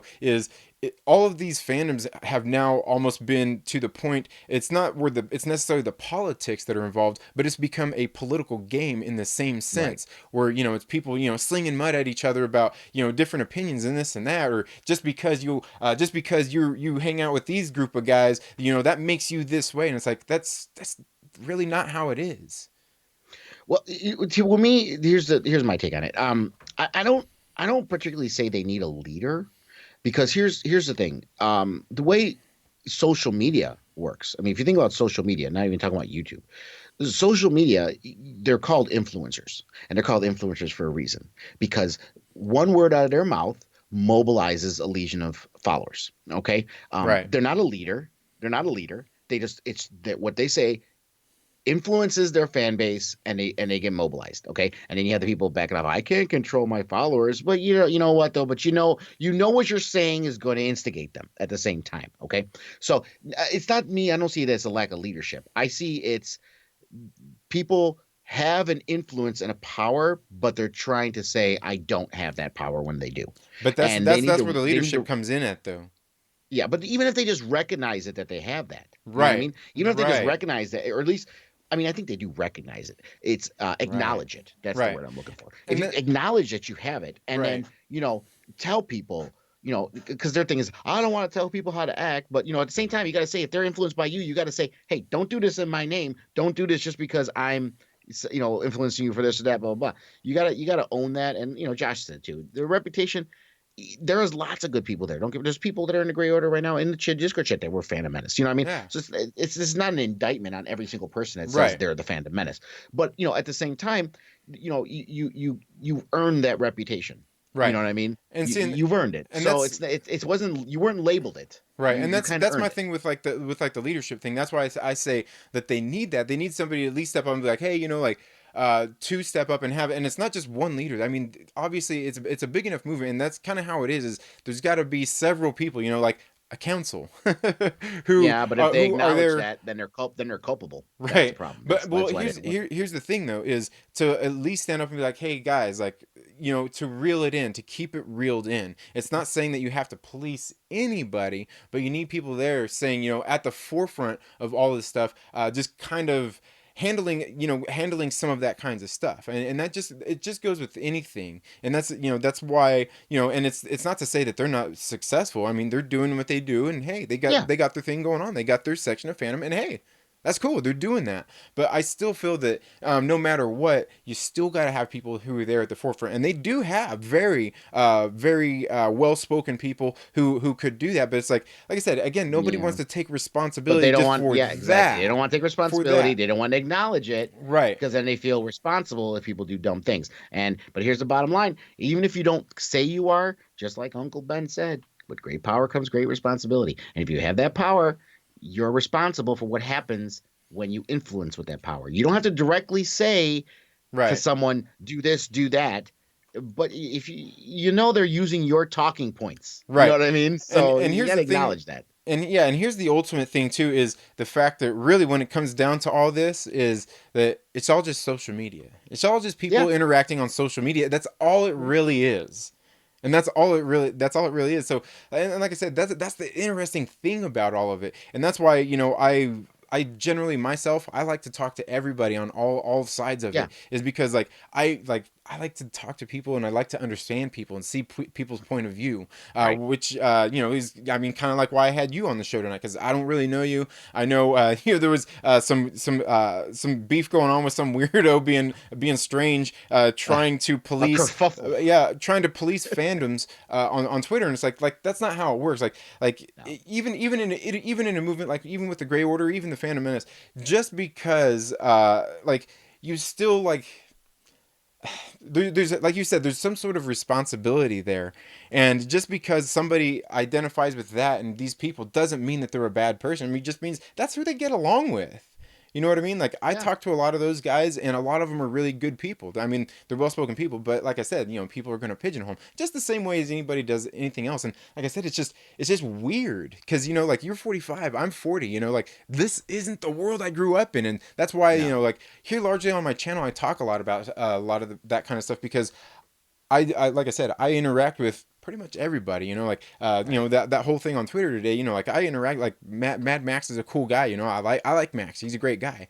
And you even like a lot of the people in the Phantom Menace. I mean, I do I'm actually Drunk 3PO is actually he's a member of the Phantom Menace, and I'm on his show every single Tuesday. Yeah. You know Well, what I I've mean? I've watched his And his show. I mean, his again, like I said, it's just not that the Phantom Menace isn't an evil word. I've right, watched 3PO stuff. There's nothing. I mean, there's some stuff I disagree with him on, but you know what? He still presents it in a rational way. He's not right, inciting anything. He's not vitriolic or hateful. right, So I don't see any problem with it. I mean, like I said, I'll just have some disagreements on his views on some things, but that's no way an indictment of, oh, well, you're just a shitty person. No, right, I just disagree with your view on this movie or this right. aspect. But he presents it perfectly well, and I gotta be honest with you, even everyone talks about the elephant in the room when they bring up Jeremy and Geeks and Gamers. Again, when he first started, it wasn't like that. Right. You know what I Yeah. mean? And I watched some of his stuff before when it was early on, and it was entertaining to watch. And Hmm. personally, it turned me off after a while just because it became a narrative at that point anymore. It wasn't talking about Star Wars. It was a narrative and Yeah. this culture war, and that's why it turned me off. You know what I mean? Again, but that's not an indictment on that I think Jeremy's this horrible human being. Right. No, Oh yeah. I just, personally, I don't like the way he runs his channel or in the way he's doing things. But you know what? That's his channel.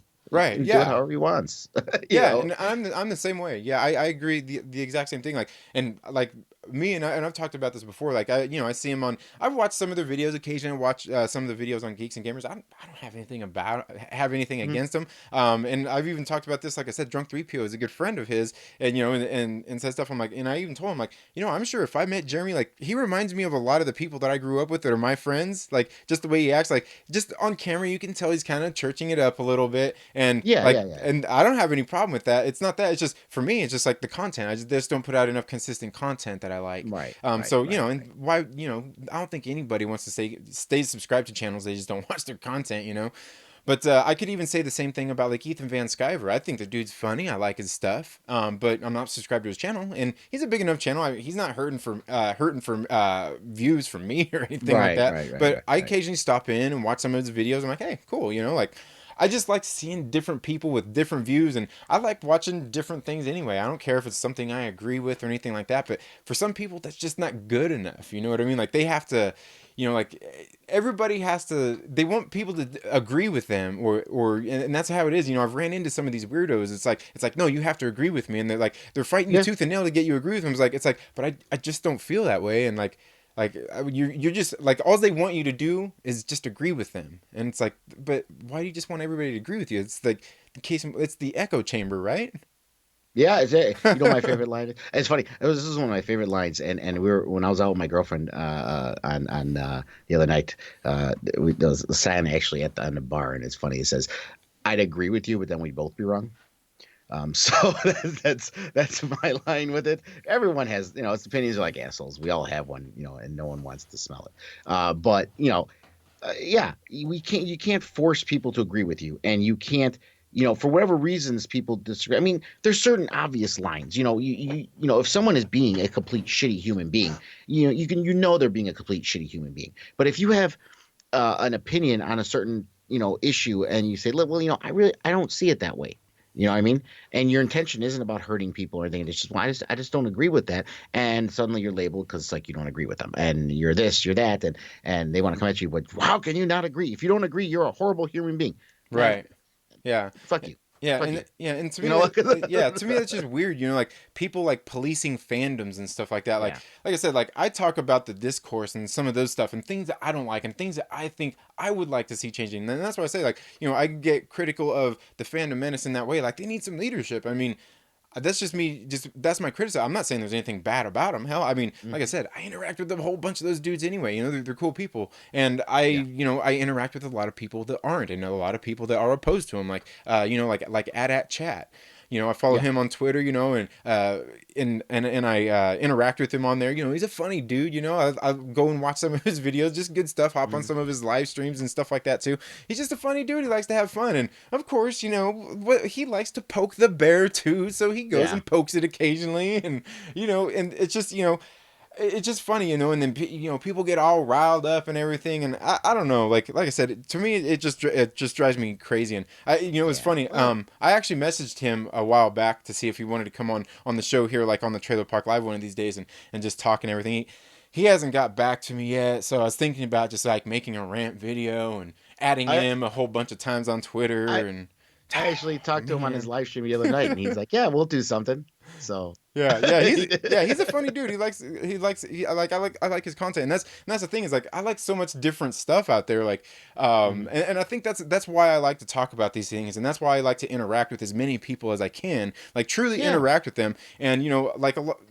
People disagree online and stuff like that. Like I get it. Some people have their personalities or whatever they do. I'm like man, I'm just me. Like occasionally you'll see me do some joking and stuff like that. But for the most part, like I just have fun. Like none of this stuff I take too seriously. Like even all this fandom stuff. Like I just don't. It's not that serious to me. Like I Yeah. like these movies. I like my comic books. I'm just and that's one thing I've talked about a lot here on my channel. Is like me here on my channel. I'm here to show things I love, not things that I hate.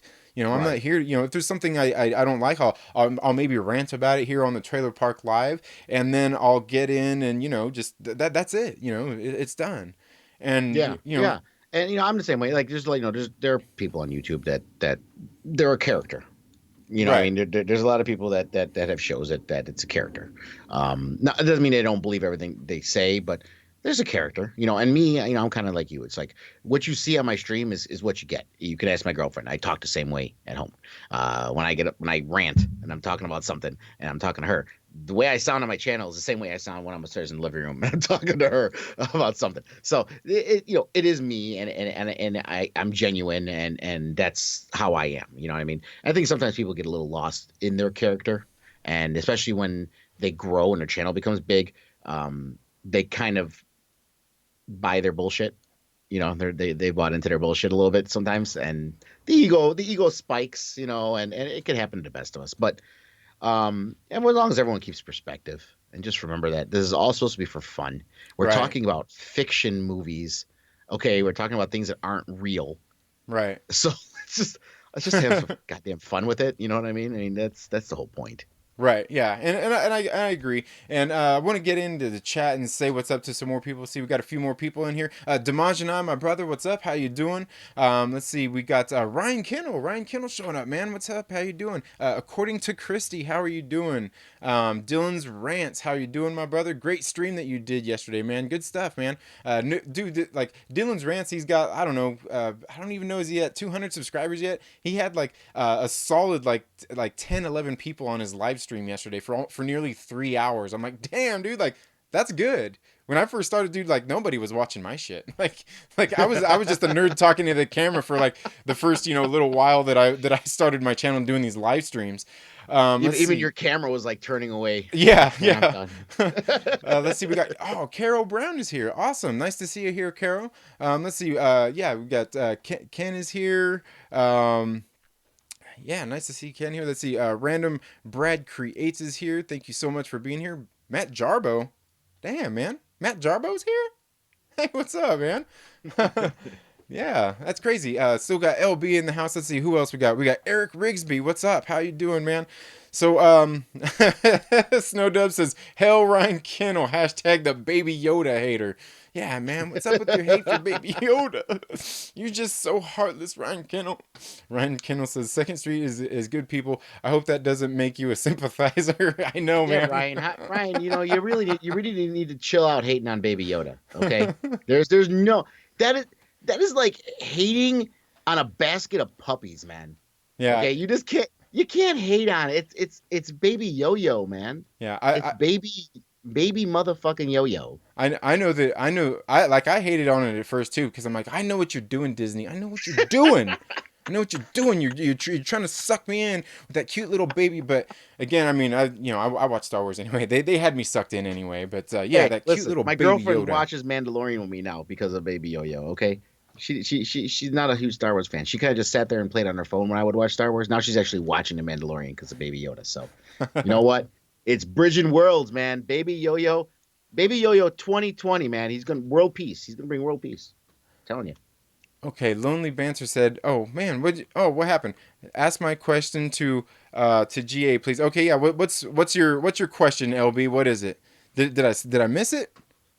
Let's see. Don't feel bad. He has a unicorn to make him feel better. Oh, okay, that's probably not it. Oh, here we go. At Darth Lunga, how can a lonely man ask your GF?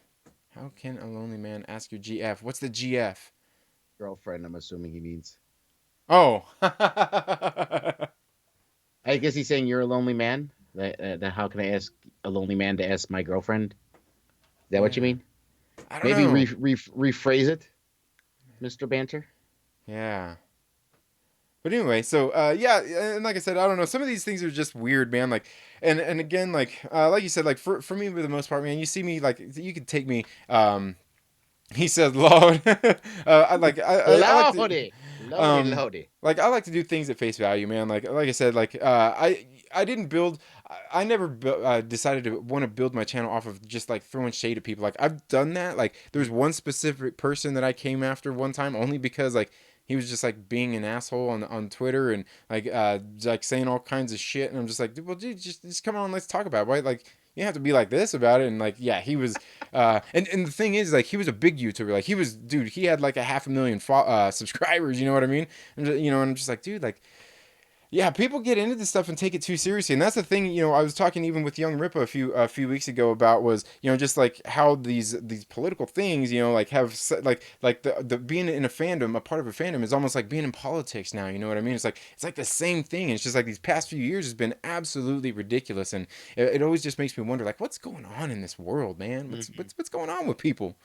Yeah. Okay. I guess Banter clarified. He said, "How can I ask my girlfriend if in real life I'm the same?" He's like, "I'm saying, how can we ask your girlfriend if this is the truth, motherfucker? I will go call her. She will come downstairs. She will do this. She will come downstairs, peek her head behind my divider here, and I will let her tell you. Uh, Don't challenge me because I'll do it. I'll bring her down here. There's no shame. I will bring her down here, and and she'll come down too. She'll say it. And as far as throwing shade, we should just throw shade at Ryan since he's in here because that I think that'll just be fun. Just yeah. throw shade at Ryan just for the hell of Well, I already did. I don't know how he can hate Baby Yoda, and plus he hates candy corn anyway. He hates candy corn. But Well, well, hold on. I have to agree with them. You what? You like candy corn? I eat it. I don't. I mean, I don't go out of my way to Bruh, eat it. bruh, I like bruh, Peeps too. I like bruh. Peeps Well, too. Peep, hold on. I'm a Peeps lover myself, so that's fine. I'm on the Peeps bandwagon. That's cool. I'm on the Peeps menace. I can do the Peeps. Yeah, yeah. Well, anyway, man, thank you so much for being here. I'm gonna go ahead and let you go. I'm sure you probably have plenty of things to do this evening. I'm gonna get in here and I don't know, I guess just get into some more of the live shows things. Just continue with the rest of the night. But Yeah, thank you so much for being here and no coming problem. on At the any show, time. kind of You're getting us a welcome little familiar on with my you. stream too. We'll talk about it. Get you on there too. Yeah, for sure, And man. if you guys are listening and you don't take a look at my channel, just search the Great Council. Click my name in the screen there. Subscribe. Do all that good stuff. Yeah, Help a yeah, brother go out. check him out. Go check him out. So yeah, anyway, man, thank you so much for being here. And again, guys, go check out Darth Lunga. You can follow him on Twitter. You can even go check out his channel and see what he's got to offer. See if he's your cup of tea. I mean, hey, you're here, and like I said, he's new to me. I don't really know him that well, so that's why I figured I'd have him here on the show. So maybe we could all get to know him just a little bit better. Thank you, man. Have a good night. You too. Later.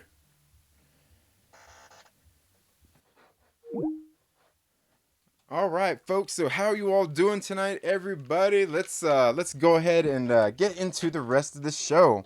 Guys, man, it's been a crazy week, man. So what did you guys think about the Mandalorian? You guys like that last episode? That was some cool shit, you know what I'm saying? But I don't know, I think overall all these, all these recent episodes, like I don't know, I really feel I was talking about. You guys don't want to talk about that, do you? You guys don't want to talk. Yeah, who wants to talk about Star Wars anyway? Let's see. Mad Max shows up and says, "What about me? What about me?"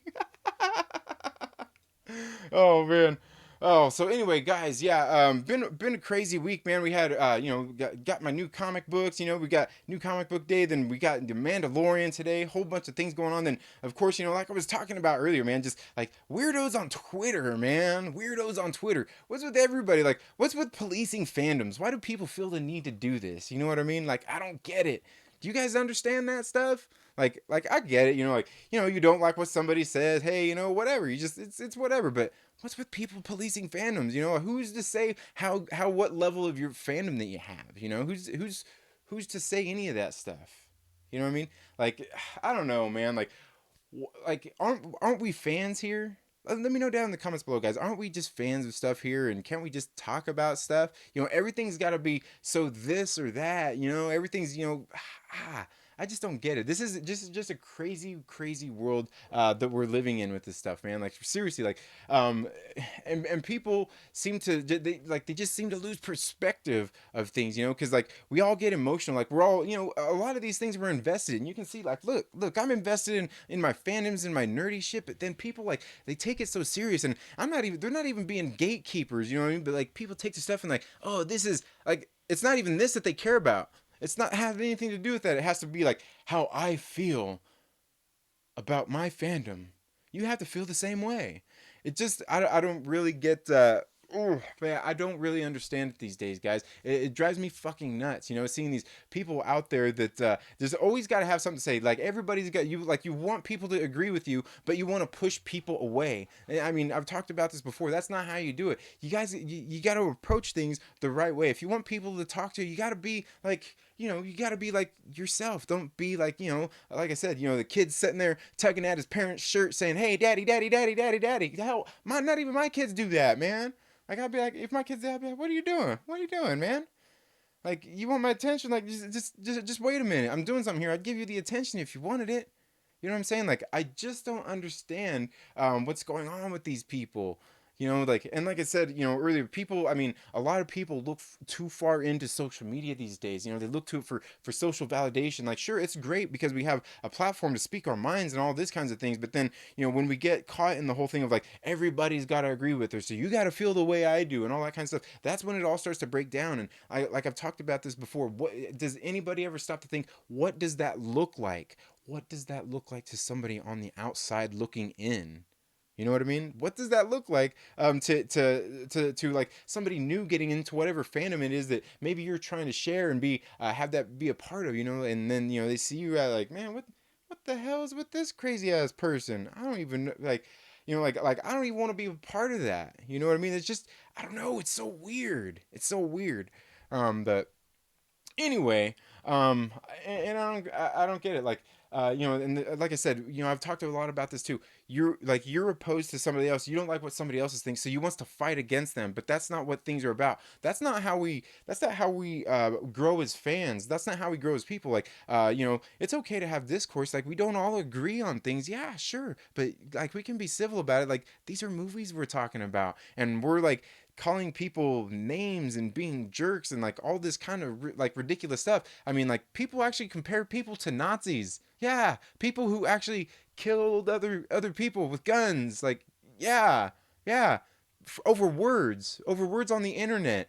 It was funny the other day I was out for a bike ride here in town. I was riding my bike, and I'm riding just like that too. That's how I ride like that. And so I'm coming up the street, and I'm in the bike lane, but I'm actually kind of in the other lane too, because there's all kinds of shit in the bike lane. You can't ride in the bike lane because I'm gonna get a fucking flat tire. And my tires on my bike, yeah, on my bicycle, they cost as much as your passenger tire on your fucking car. Okay, they're expensive. They're expensive. They are. So I'm sitting there riding, just outside the bike lane because there's a whole bunch of shit in the gutter. I ride the city all the time. I know how it is. So I'm sitting there riding, and and it wasn't even traffic going with me. There's this guy coming up on this corner, and he's sitting there on his phone, looking down. He stopped at the stop sign. I totally got the right. I'm sitting there riding, and all of a sudden, like I'm coming up, and he's looking right at me. I see him looking right at me, and he inches out. out into the lane, and so I'm riding, and I'm looking right at him, and he's looking right at me. I'm making eye contact with him, and then I get close enough, like he just like pulls out right in front of me, like literally he almost hit me. I had to adjust my line, and luckily I knew, I'm aware enough that there's nobody coming behind me, so I swerve out of the way to avoid being hit, and I take and I flip him off. I flip him off right in his face, and then he comes, and I'm pulling up to the stop sign, up to the stoplight, because he thought he was getting away. This little son, he was too. This little son of a. Anyway, so he takes off, driving down the road, and honking at me and shit. And he gets to the stoplight. He got stopped at the stoplight, and I pulled right up next to him, and he rolls down his window. And of course, he rolls down his window down. And you know what he says? He says, "Why you gotta flip me off, bro?" And I said, "Oh, I'm so sorry to hurt your delicate fucking sensibilities about you almost taking my fucking life with your car. You were sitting there staring right at me." And he's like, and take like, dude, like it's the same thing. Like, did me flipping you off hurt? Did that hurt you, dude? You almost fucking like put me over your hood. Like, you almost sent me to the fucking hospital. You're worried about me flipping you off. Like, seriously, like, come on. Don't be so sensitive, okay? We're men here. We're men here. And the thing is, whether somebody's being joking or facetious or whatnot, you don't have to act like a little kid about shit. That's not how you get stuff done. You got to approach things the right way. And sometimes there are times when, you got to approach it in a manner in which, you got to be a little bit more aggressive. But guys, like, we're you see people, and this isn't everybody. This isn't everybody, but you see these fucking weirdos on Twitter and Facebook and Instagram. Well, maybe not Instagram so much. I don't get on there a whole lot.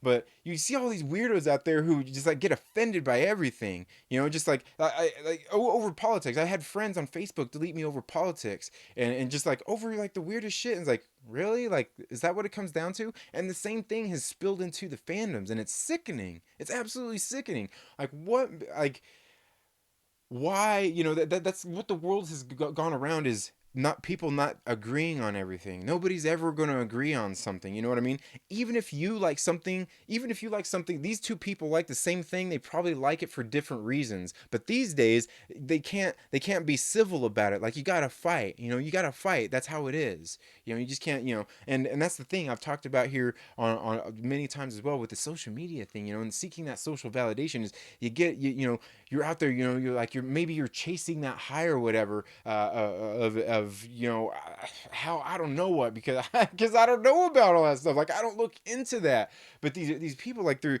like, I don't know, like, they get off on just being assholes and pushing people away. And then the thing is, like, you're like, I want fandom to grow, I want it to be good again, but then, like, you're being an asshole.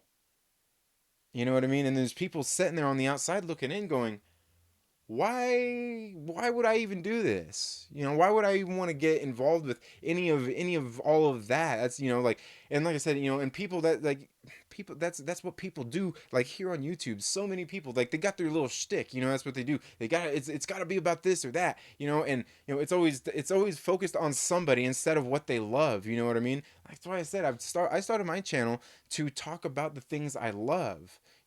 To talk about comic books, to talk about movies, to talk about music. I don't talk about music as much as I should, but to talk about those kinds of things, right? I mean, that's just what, that's what I like, and I want to share my love of it. And when there's something I don't like, I will share my discontent with it, and, that's really about it. I'm not going to beat it over and over and over and over and over.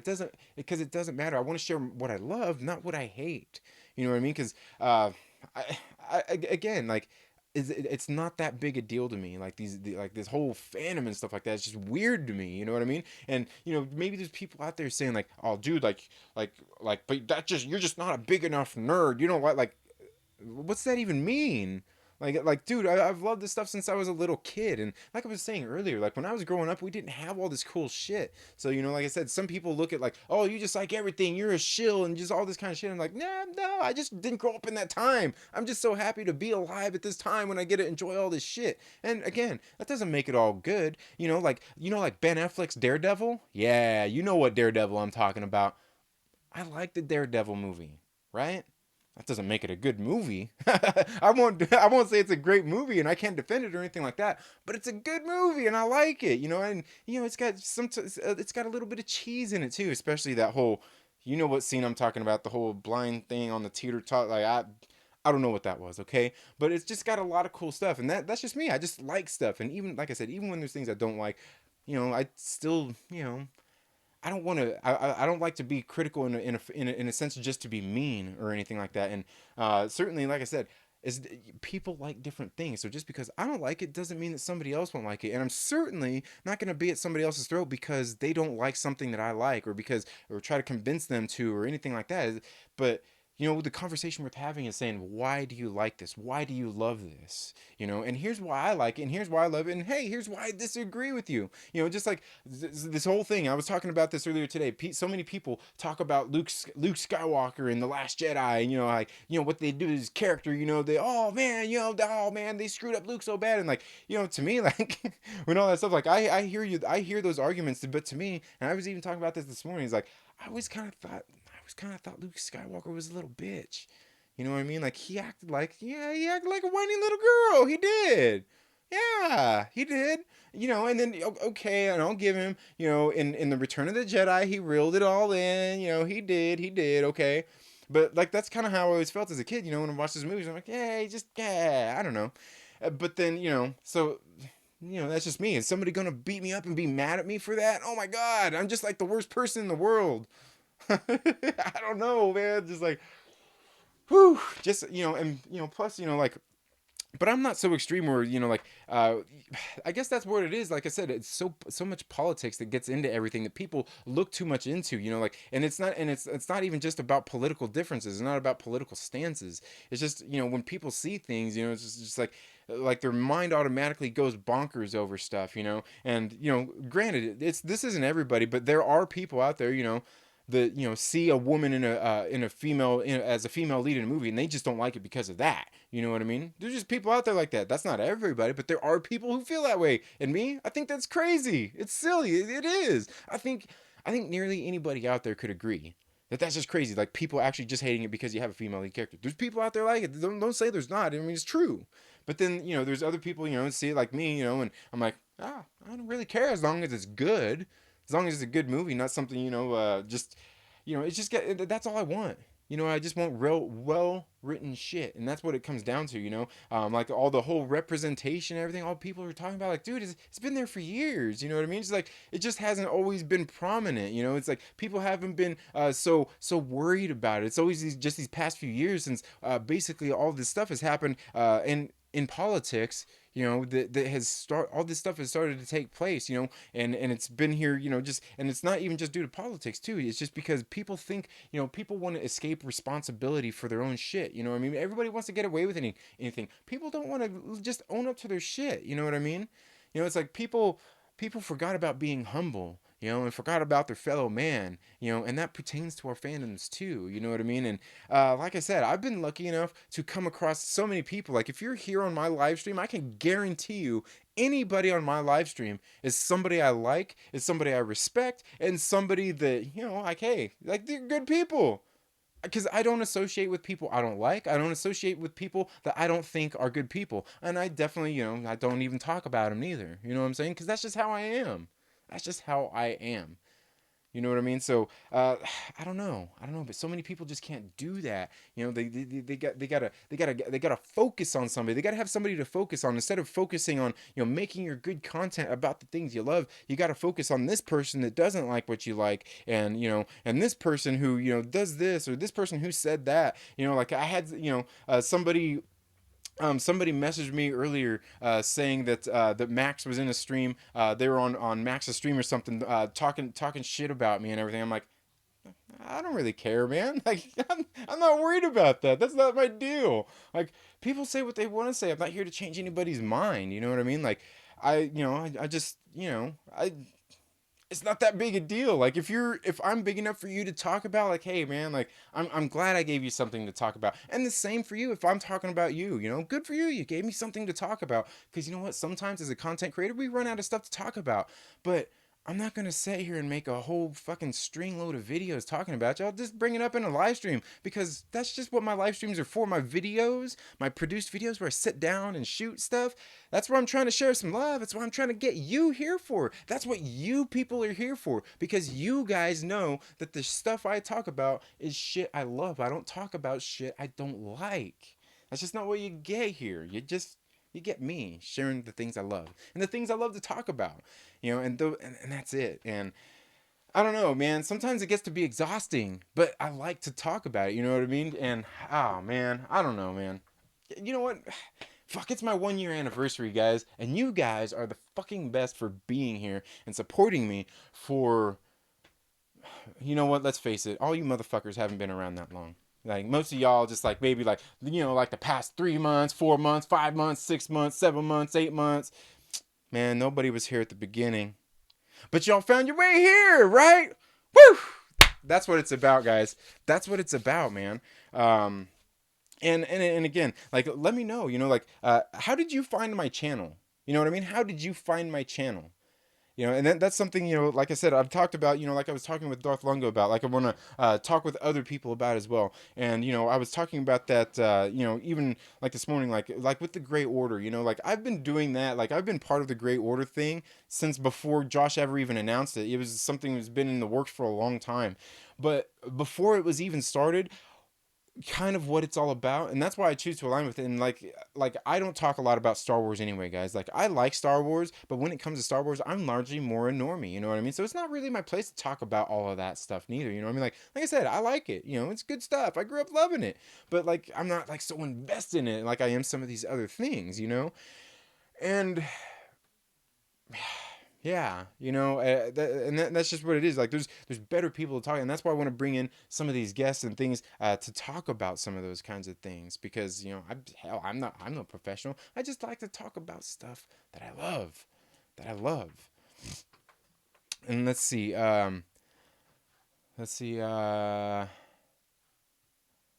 all we got here in the chat. The great, let's see. Comics Club says, "Oh yeah, I've had so much crap thrown at me for what we do on our channel. Like I am somehow evil. It's fine that some don't like it, but to try to." But to try to turn people against me is out of line. Yeah, and that's the thing is and that's the thing is like we all got to be responsible for our stuff. You know what I mean?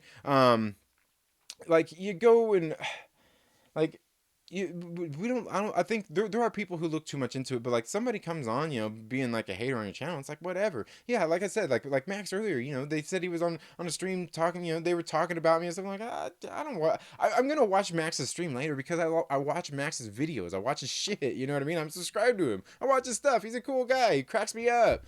But and so, I'll go watch it. I'm sure whatever they're talking about, I'm probably going to sit there and watch it and laugh at it. Because somebody else said something one time about one of his videos, like, oh man, like Mad Max is talking about you. I went and watched it, and dude, I was fucking rolling. Because I don't, like I said, my ego's not there in that capacity. Like, I don't care. Like, I know, like, I'm just a clown with a camera and a microphone. You know what I mean? I have no real ego about any of this stuff. Like, I'm just thankful that you guys are here, man, and listening to me. And like I was saying, like with the Gray Order thing, that's what I started. I was talking about that kind of stuff in the first place before the Gray Order ever even started, because is trying to get people to bring fans back together. You know what I mean? Bring fans back together, because I can tell you, just scrolling through the people that are here in this chat, I can guarantee you there's fandom menacers here, there's non-fandom menacers here, there's people who don't care about any of that, there's plenty of people here. You know what I mean? And these are the people that I'm looking for, These are the people that I want to bring along with me with what I'm trying to do. And that's just be a fan and talk with people about that kind of stuff. And that's largely what the Great Order was started about. And I'm like, dude, like when Josh announced that, I'm like, well, dude, I'm on board all together, because that's what I've been doing anyway. I've been trying to talk, and fortunately, Drunk 3PO, brought me on to some black guys in a drunk, and I thank him to this day for bringing me on the show, and sitting there and being able to get on the show, because that helps me grow my influence with just all the other people out there, because I feel that there are a lot of people out there in these fandoms that they want different content for one, and they don't like seeing all the same content, and that's what I have. And I'm not, like I said, I don't aim my shit at anybody unless I need to aim at somebody, and even then, it's like most of the stuff I ever take issue with is something that's really just like an overall problem anyway, not just with one specific person. I mean, I could point specific people out, but it's more than just that, you know. And that's why I say, like, for me, I just don't like seeing all this stuff. It actually makes me sad seeing how some of these people act and conduct themselves in a lot of these sort of ways. And like I said, there was this little Twitter beef going on today. I'm just like, dude, like, why do you care that much? Why do you care that much? You know, I mean, you're sitting on here and like you want to take a stance where you're against these people and all like that's all fine and dandy, but like be against what they're about, and but you're like talking shit about specific people. You know what I mean? And ultimately, what that does is it makes everybody look at you and go, "What? Why do you care so much about me?" And then you wonder why they church it up and they build it on, and then they egg you on. You know what I mean? Then they egg you on, and you're like, oh, and you just start going crazy. You know what I mean? Because you're feeding into it, and you're letting them control you. You know what I mean? And that's the thing. You know, you can't let people do. You gotta, and nobody's perfect. We've all probably fed into it or been caught up by it at times. But you know what? Just breathe. Just breathe and realize that like this is just fan stuff, man. We're just fans. You know what I mean? And nobody here, like, some people are out there trying to police fandoms, and that's just weird to me. The thing is you don't need to police fans. What you need to do is you need to just get together with other fans and talk. Just have a civil discussion. It's okay to disagree. And I've talked about that multiple times here on my channel too, is this whole agreeing to disagree bullshit. It's for posers. You know what I'm saying? I agree to disagree. There is no agree to disagree. Like, you're just disagreeing. What's wrong with outright disagreeing? You know what I mean? Nobody can do that. Nobody can just disagree. It's okay to just disagree. But no, we gotta agree to disagree. And that's just bullshit posture. It's just like, it just tells me, like, for people that are like that, like, you just can't disagree with somebody. Like, you gotta agree on something. To me, it's just like this new, I don't even know what speak it is. I can't even say it's millennial speak, because it's just getting into just other stuff, and picking on people who aren't all like that. You know what I mean? It's just treating all millennials like some of these people treat, like the Fandom menacers or the Raylo shippers or anything like that. You know what I mean? It's just the same thing. It's the same thing. And I don't know, man. I don't know.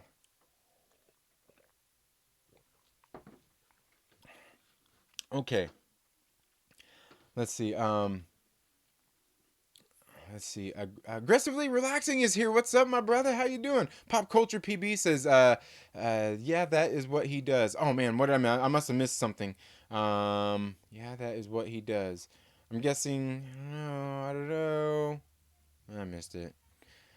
Snow Dumb Music says Electra is always in the $5 Walmart bin. Yeah, I bet it is. You know what? That's one of the few comic book movies I don't own on DVD. I own almost a lot of them. I own most of them, especially like when it comes to, like, the Marvel and DC stuff. I own all of those on DVD. That's funny. Um, the Comic Club says I love comic books, but we don't need to genuflect before them. Yeah, yeah. Um, Let's see. Pop Culture says that's what he does. I don't know. I don't know what you're saying there. I'm not sure what you're responding to. Aggressively Relaxing says, I'm prepared prepared to genuflect to Mike All Red Art. Perp Minded says, I'm here for the free weed. Where's it at, man? Where is it at? Is it wrong for me? No. No. Anyway, yeah. Tommy says, kind of wish sometimes these little guys here have it easy. Pop Culture says free. Yeah, free's always be like, free's better, right? Woo! Carol Brown says true. I just showed up today. You said nice things to me on Eric's channel. Yeah, yeah, yeah. I was gonna say, well, because I actually, Carol Brown, I actually found your channel through Young Ripa. Because you were there in the chats one day and he was like, hey, yeah, go check out our channel. So yeah, I got on there and I actually got a chance to watch a couple of your videos. Yeah, yeah, doing talks about like writing and doing just some different things that they do on there. Pretty cool stuff. If you're into writing and stuff like that, like, I probably need to learn more about writing. Maybe my video quality will improve. Marquise Roberts, thank you for being here. Says, when you waste your time talking down on another YouTuber, you are no longer an adult. Yeah, and that's the thing. Like I don't get it. Like, like I will be critical of things, but I don't have to talk down to people. I don't have to talk down on them. Like I can be critical and not be an asshole. I mean, don't you say nothing pop culture PB. That was different. That was different. Anyway, but yeah, I mean, largely, and even then, that time, like, my problem isn't with him. It was just what he's saying. Like, dude, like, you haven't seen this. Like, I don't know. At least have informed opinions, and that's all I ask. And then we can talk. We can talk about stuff. That's what it is. Like, I like to think that I'm a fairly reasonable guy, but don't we all like to think that? Don't we all like to think that? The Comics Club says, found you via Perry Comics. Dude, Perry's a freaking awesome guy. And I heard he just passed 1,000 subscribers finally. Perry Comics is absolutely great. I'm glad he passed 1,000. Let's see. Snowdub says, I've been here since you were in the 200s, I believe. Yeah, man. Yeah, and you know what? It wasn't that long ago. Like I said, man, I've always been fortunate all my life, and that's why I'm always thankful for all the people, whether I always say it or not. I'm always thankful for all the people I've been around because I've always been lucky. And you guys know I'm not a believer. I don't believe like God and religion and all that. So I'm not a believer. I just don't do religion in the first place. But the thing is I still know what blessings are. Like you don't have to be religious to believe to know what blessings are and to be blessed and to know that you're lucky to come across a bunch of great people. And throughout my entire life, and again, they say we attract who we are, right? Again, I've come across nothing but the fucking greatest people since I've been here on YouTube. I've come across the greatest people. I've been lucky to talk with the greatest people, and just awesome, awesome people, and that includes people just like yourself, Snowdub Music and Entertainment, and that's why Snowdub's gonna be on the show next week. But just like that, and even just like pop culture PB, just like Marquise Roberts, one of the new subscribers, aggressively relaxing. I've just been lucky to come across all these great creators. But again, they say we are who we attract. You know what I mean? And that's what it's about is learning to harness, like what you're attracting. If you're getting the wrong people around you, I mean, you got to look at yourself and be like, what am I doing that's getting these people here? And me, you know what? Largely from my whole life, I've one of those people. Maybe some of you guys would say that I'm a SJW or maybe I'm a bleeding heart liberal or something. But I always see somebody that's like that I'm like, dude, like I want to help you. Like even and like I'm in no position to help you, but like I want to help you change, man, because like I can see like you're good people, but like you got to make a change for yourself. I want to talk to you. Like please just like come listen. Let me know. Let's talk about stuff. You know what I mean? And have those conversations, just have those conversations because a lot of times and I was talking about this earlier today too, a lot of times with a lot of people, to convince somebody about something, to get them to believe in themselves, or even for yourself to get you to whatever, something to motivate you, all it takes is a certain combination of words, just a certain combination of words that you need to hear. And you've probably heard those words before, but it's the way they're said and the combination they're said, man. I'm telling you, it's like a lock, man. It's like a lock, and you got to find those certain combination of words to get it to click in people's heads, to get them to make the turn. And that's largely what I'm concerned about, because a lot of people, we all get disillusioned at times. Sometimes we have some cognitive dissonance, or maybe we just ain't got the right thought pattern on something because of maybe something we've heard, or maybe something we've seen, or maybe something that's happened to us. But then like it just takes that one thing. And what is that one thing? Do you know what that one thing is for you? You know what I mean? I know for me, like, I don't know, somebody, I don't know. I think I just had a lot of good mentors and a lot of good places where I was at when I was, you find these things, you find great leaders in just like different places. And I've been fortunate, like I said, in my life to come across a lot of great people to help mentor me and to help be, influence my life in a certain way to get me to be who I am. And that is why I like to talk to everybody, because I believe that every single one of you, whether you agree with me, whether you disagree with me, whether I think you're an asshole, whether you're my uncle who violated me when I was a kid, any of that kind of stuff, you fed into who I am. You made me part of who I am. You know what I mean? Everybody, I'm the collection of all of that stuff. You know what I mean? I'm the collection of all of that. And I'm thankful for all of that. I need the input. You know what I mean? Our bodies, our minds, they're these advanced computers, this advanced fucking machine that you're dealing with. It's an advanced machine that you're looking at me with your eyes, your brain, your skin, just everything about it. It's like fucking advanced technology, you know what I'm saying? But sometimes we get shitty fuel. We put shitty fuel in the tank.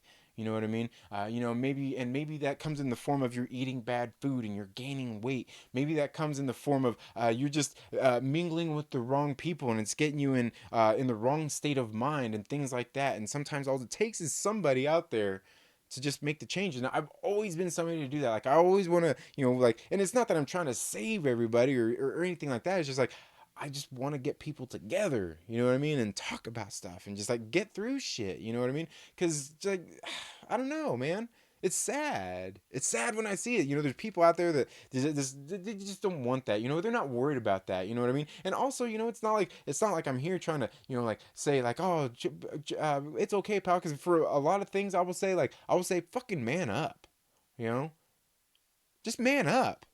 Like one of my good friends was recently telling me some stuff that had happened with their brother, and just all kinds of shit happened to him, um, and basically asked for their help, and it was gonna put them and their family in fucking basically on the line for a whole bunch of shit that's not their responsibility. And like and like he came to them and asked them for this thing. It's like it's like you want me to put my future and my family and all that kind of shit in jeopardy for dumb shit that you did? And and I said, I would have turned him and just and looked at him and said, are you fucking stupid? Why would I do that? You fucked up your whole life, fucked this whole thing up, and all this stuff was easily avoided by shit that you did that you just didn't do. But you want me to put my family at risk for you when, you know what I mean? Like, what? I don't know, man. And that's just like where people are. You know what I mean? Like, no, there's just no personal responsibility for anything. And like I said, I like I'm that way sometimes too. But for the most part, I'm always like, dude, like I want to like,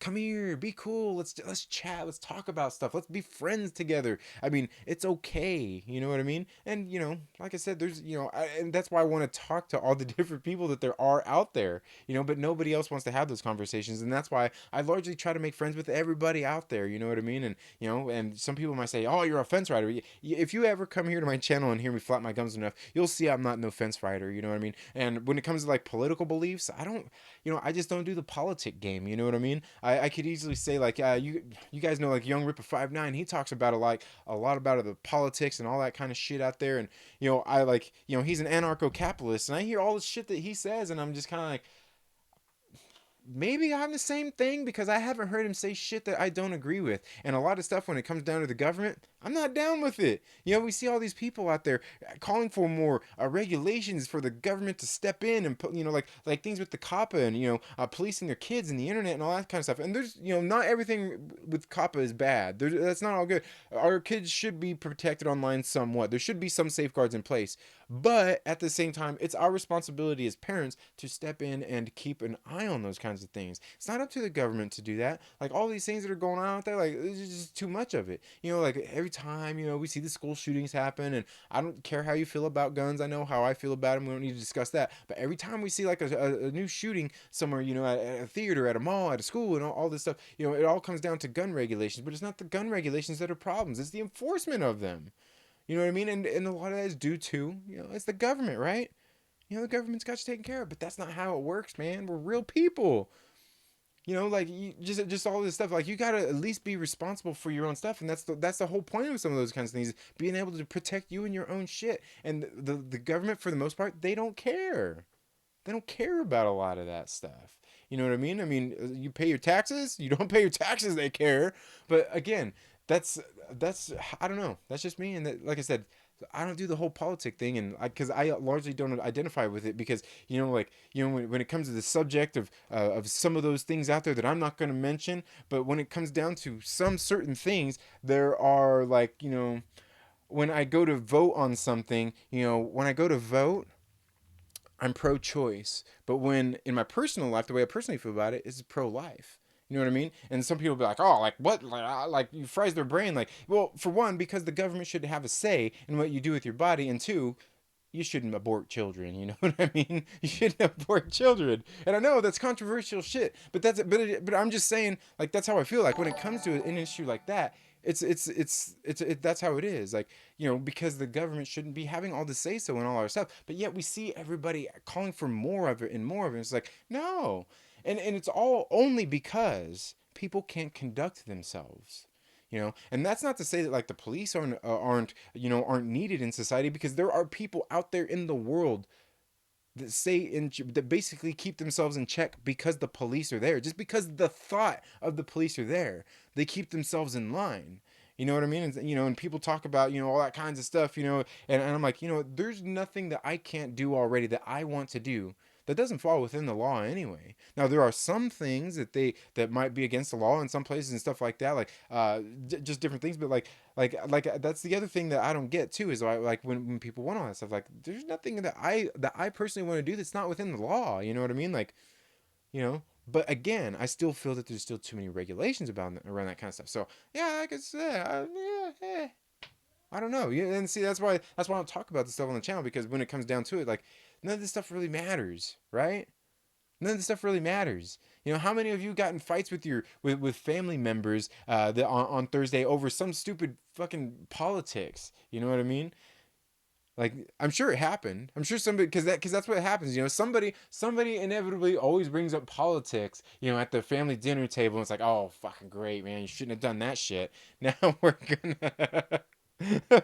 that's that's the end of it. It's gonna be, I don't know, man, but that's just how it is. But that's how the world has gotten to. Where every single thing we think about has to be either you agree, either you're with us or against us, and that's just not how things work. You know, you don't. You never want that. You know what I mean? I mean, it's just wrong. It's just ridiculous to me. But anyway, let's get in here and see what else everybody else has to say. Um, Lonely Banter says, Second Street Marvel, when are we doing your 810 YouTube sub celebration? Well, my 1 year celebration is actually going to be on Sunday. I'm going to do it on Sunday. You know, see if I can get a thumbnail on it. I was going to do it tomorrow, but we got family stuff going on tomorrow that I didn't even think about. So we're going to go. We're going to go and do that on Sunday. And there are a few of you guys that want to come on to the live stream. I'm sure.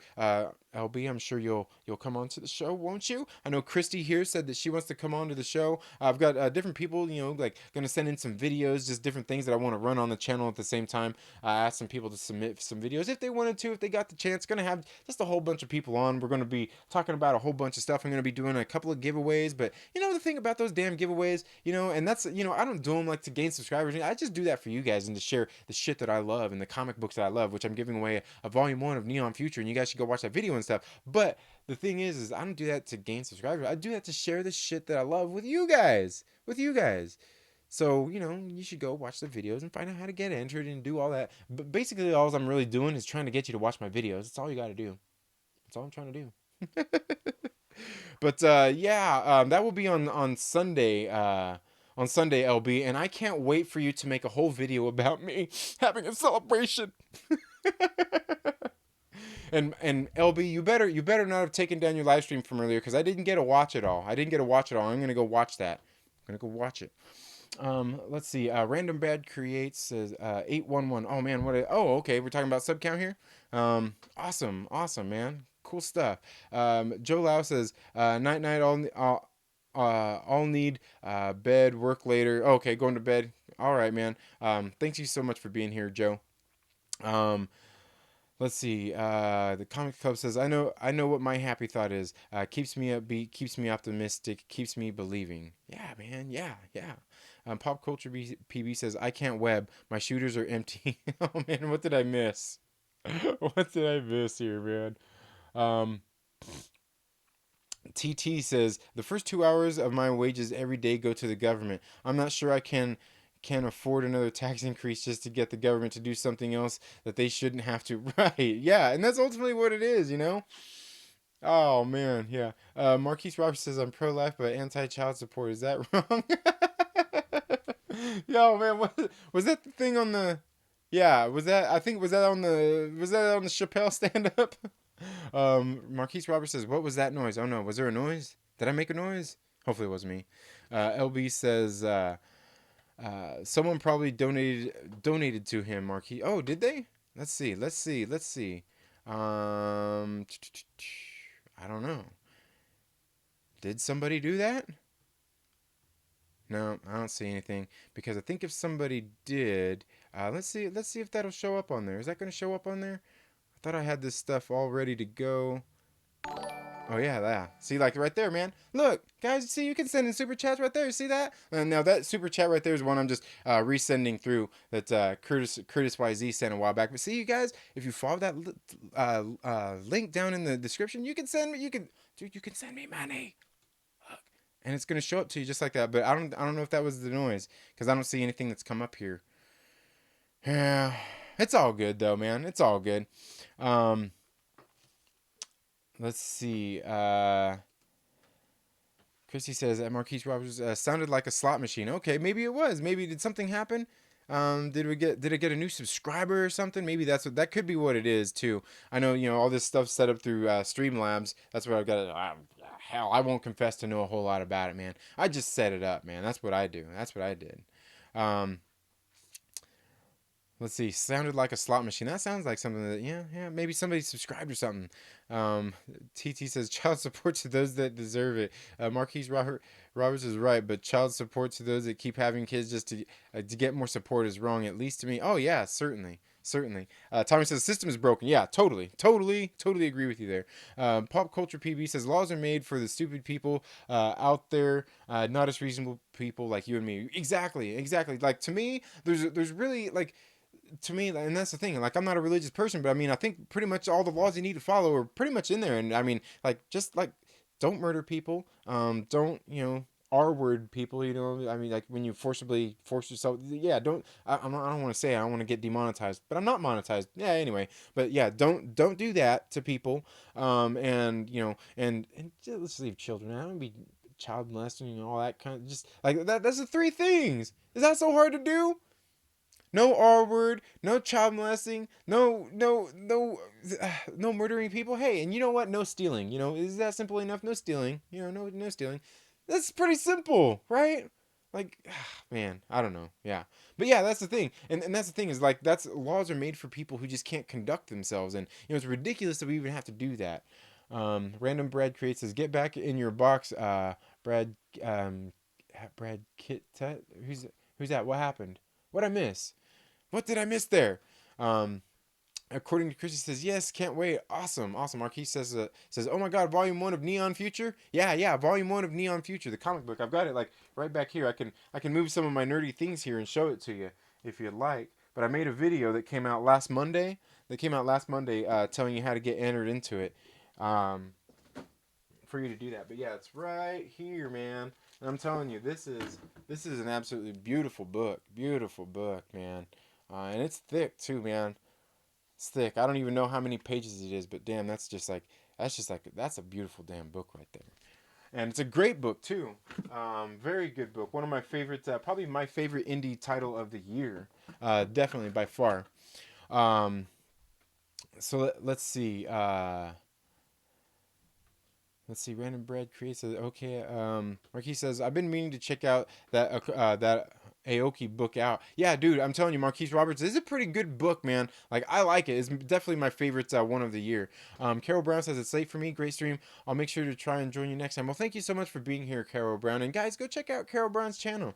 Check out some of her videos. See if she makes some stuff that you might like. Go check it out.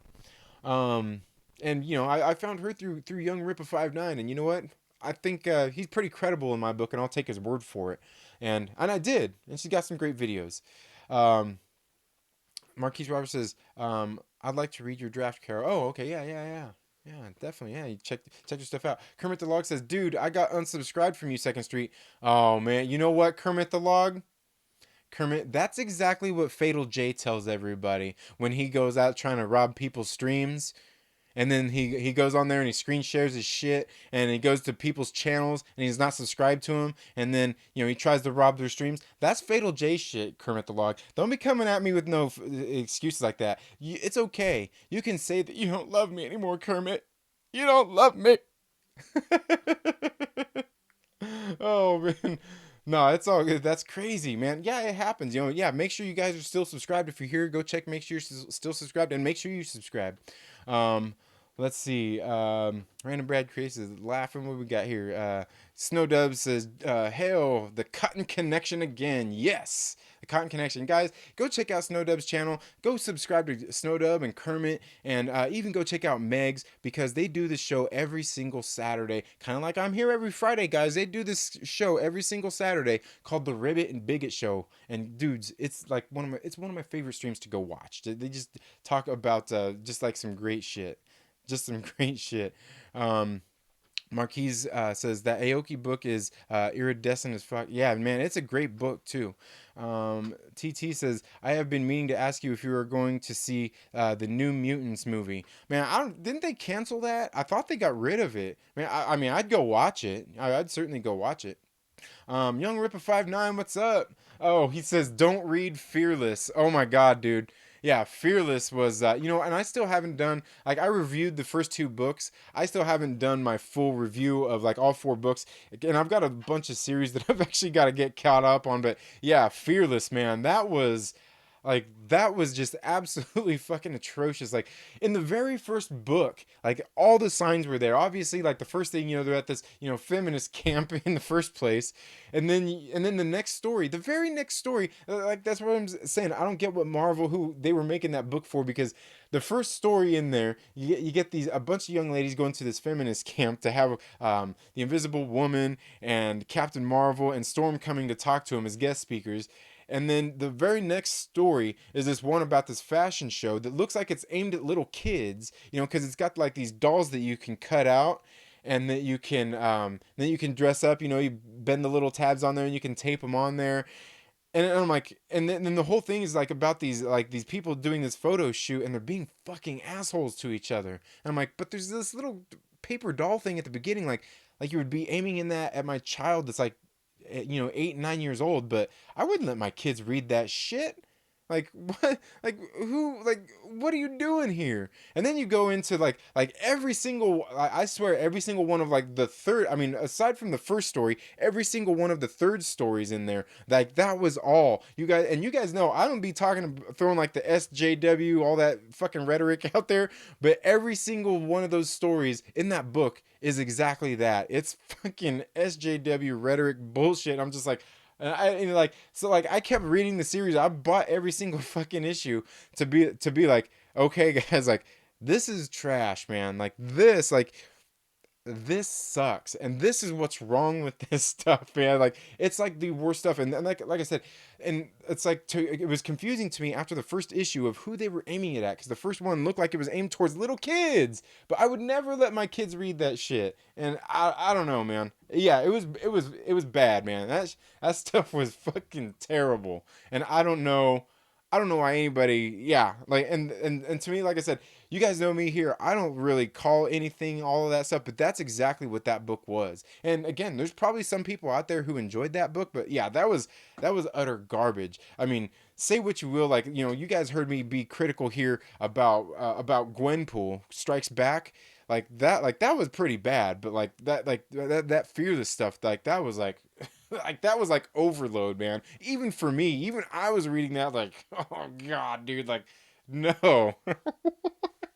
I don't know who approves that shit. I don't know who approves that shit. Fucking crazy.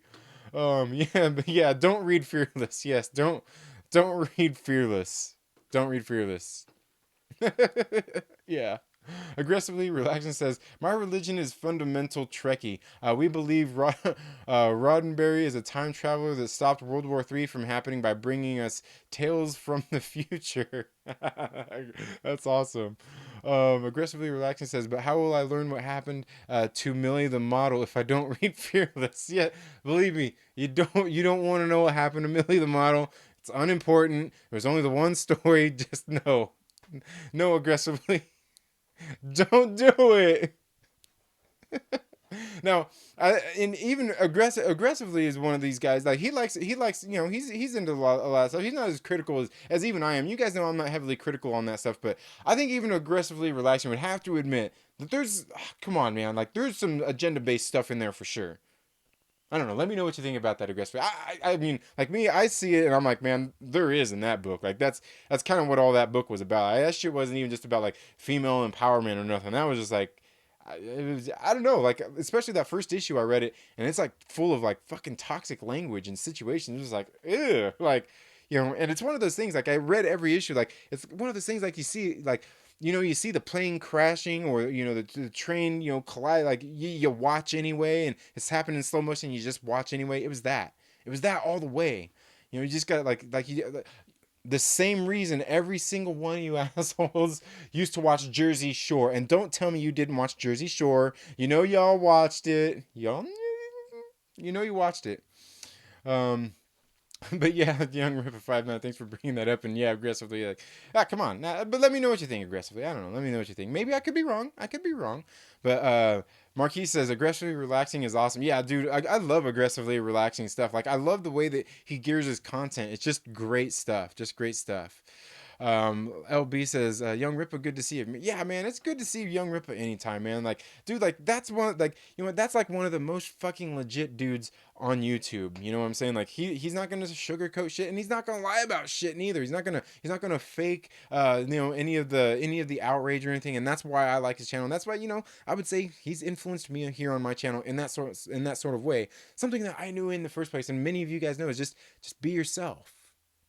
You know what I mean? Just be yourself. Not everybody's gonna agree with us all the time, and that's okay. That's okay. Um, let's see. Marquis says Dylan Rants, bro, subscribe to him. Yeah, Dylan's Rants is great, man. Dylan's Rants is good. Like I said, he's only got a couple. I don't even know if he's over 200 subscribers, but he had like 10 people consistently in his live stream last night. I was like, damn, dude, hell yeah, that's sweet. Like he's that small of a channel. He has that many people engaged. That's good.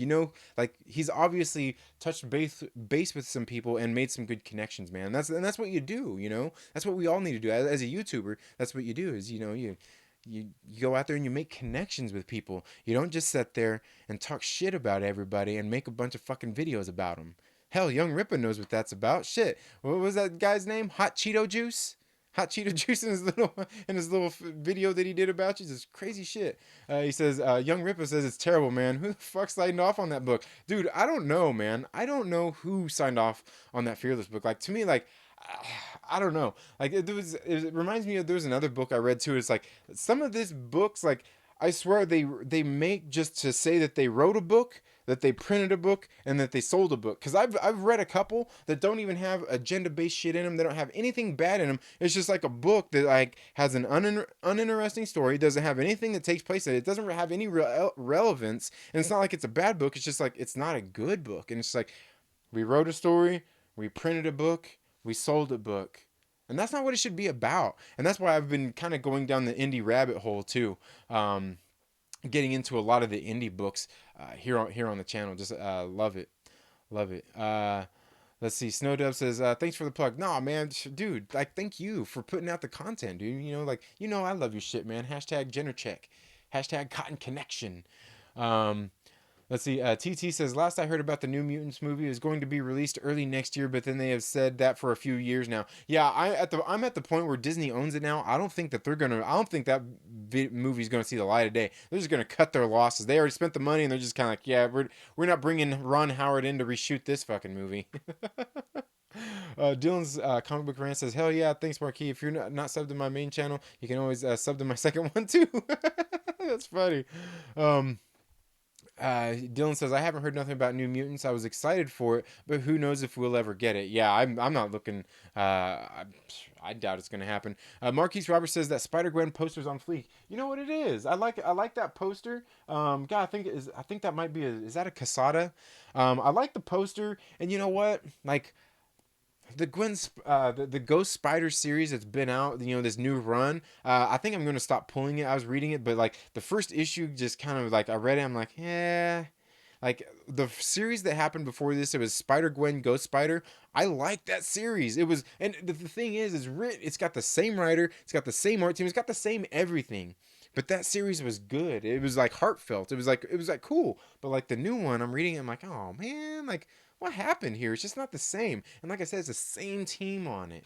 And I don't know, like it went downhill, and I don't know. It's just not as good. It's not as heartfelt. It's not as it's just not as interesting, you know. Shannon McGuire just lost control of that one somehow. I don't know. I don't know what happened. I don't know what happened. But yeah, it is a pretty sweet poster. It's a pretty sweet poster. Um, let's see. New Mutants hits theater April 2020. Man, I wouldn't even put money on that, man. I don't know if it's going to. Um, uh, Dylan says almost 30 thumbs up. If you guys hit the thumbs up, make a new account and hit thumbs up again. Marquise says Snooky can still get it. That's funny. um, let's see. Lonely Banter says, "No way! I never seen 1 second of Jersey Shore. Come on, man, dude. Even I watched Teen Mom. Okay, only my wife watched that shit. That's why. But I watched it too. It's a guilty pleasure. I don't know. Is that a guilty pleasure because like so many people did watch it? I don't know. I watched it though. But again, I'm a people watcher too. So Dylan's comic book rant says sick. Finally gave a release date. Is late April around my birthday. Definitely going to check that out. I mean, I'll go check it out. I'm definitely like I'm going to be going into it just like I did Dark Phoenix. It's like, I don't know, guys, but I'm still willing to go watch it. Christy says, "Hell no, I don't watch that trash shit." Trinity. Oh, which one? Oh, Jersey Shore.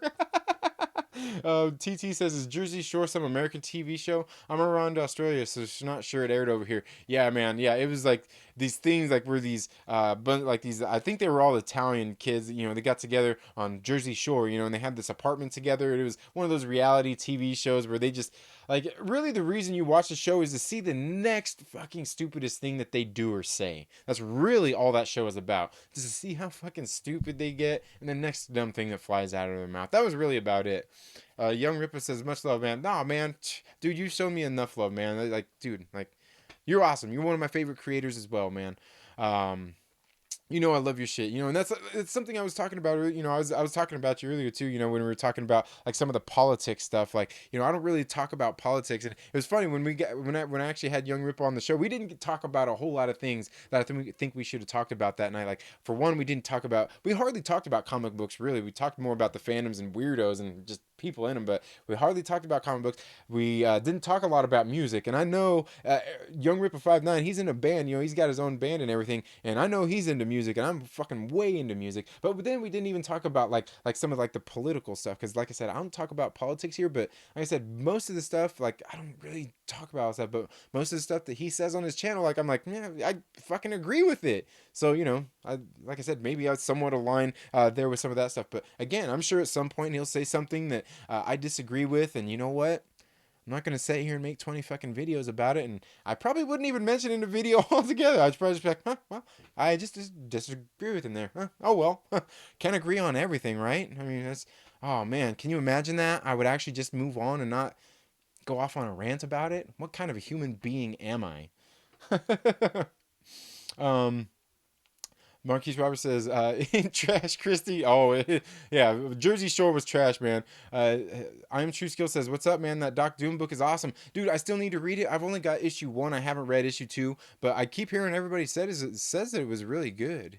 It was really good." Dylan's comic book rant says, "No, man, I only got 113 subs. I couldn't believe it, but But thank you for thinking I had more subs. I'll get there though. Yeah, you will, man. Like I said, if you've got 113 subs and you had 10 people pretty consistently on your stream last night, dude, you're making some connections with people, and they obviously are coming there to see you for a reason, for you. So whatever you're doing, just keep doing it. You're on the right track. You're on the right track, man. Marquise Roberts says, "Subscribe to Young Ripper." Yeah, hell yeah. Subscribe. Why wouldn't you? You know what I mean? Young Ripper says, "Yeah, that Cheeto man is weird." Yeah, dude. Like that dude. Like, yeah, he's weird. Like, you know what's funny is like, there's a guy that was on Twitter today. Taking issue with all kinds of shit, and I was gonna ask him like, "Are you like the hot Cheeto juice guy?" Cause you sound just like that hot Cheeto juice guy that I seen talking shit about fucking Young Ripper 59, man. And then, like just some of these weirdos out there, dude. Like like I get like I said, I want to have conversations with people about different outlooks on fandoms, but like I'm not here to police people's fandoms. Like I said, even like with the Gray Order thing, with Josh and Den and Nerds and all this stuff that's kind of going on there. It's not about policing fandoms. It's just about bringing different fans of different perspectives together to just have some civil discussions. You know what I mean? That's really all it is. But then you got these weirdos out there, just like they're out there trying to police fan communities and all that stuff. It's like, dude, like people are allowed to like what they like, and it's okay to disagree with them. And you know, like fucking weirdos. I don't get it. I don't get it. Iron True Skill says I'm making another video on Doctor Doom. All right, cool. I'll have to check it out. I checked out your last one. Very good stuff. Marquise Roberts says hot Cheeto juice. Yeah, hot Cheeto juice is like one of these weirdos on YouTube that likes making videos talking about other YouTubers. That's all they do, you know. Like those people that are out there just begging for, begging for attention from other people by making videos about them, and sometimes they got to get monetized. And it's great seeing it go down too. Oh man, Dylan's comic book rant says, dude, over 4 hour live stream and my only second one. First one I went maybe 2 hours, but yeah, that Thanksgiving live stream was so much fun. Thanks again for hanging out, Trinity, and everyone else who hung out. Yeah, man, like I said, it was cool. And plus, there wasn't, you know, not a whole lot of people on. There was a few people on that I seen that was live streaming, and yeah, man, definitely good stuff, man. Um, Tommy says Young Ripper 59 knows his comics and has made music skills. Yeah, man, music skills mad. Yeah, right, and has mad music skills. There you go. Yeah, definitely. Yeah, like I said, I checked out his band and his music too. Definitely, like somewhat kind of along the lines. I mean, basically like a lot of the music that I listened to in the first place. Uh, yeah, yeah, definitely. Marquise Roberts says Young Ripper is the goat on the low. Yeah, for sure, man, for sure. And you know, I know he said that he's done some ghostwriting and stuff too. And you know, obviously you do ghostwriting. You know, they're not out flapping their gums telling everybody who it is. But sometimes I wonder, like, man, who is it he's ghostwriting for, man? Because there's probably some legit like big people out there that you might be surprised, you know what I mean? That's because that's how it is, you know. I mean, because I mean, really, a whole lot of people don't write their own shit anyway. You know what I mean? It's crazy how many musical artists don't write their own shit. So anybody that does, I mean, hell, fucking hats off to them. You know what I mean? I've tried, like I've been in bands and stuff and written some stuff as well. Like the first band I was ever in, like I actually it was something we were all kind of making fun of it. My friend that got me into it.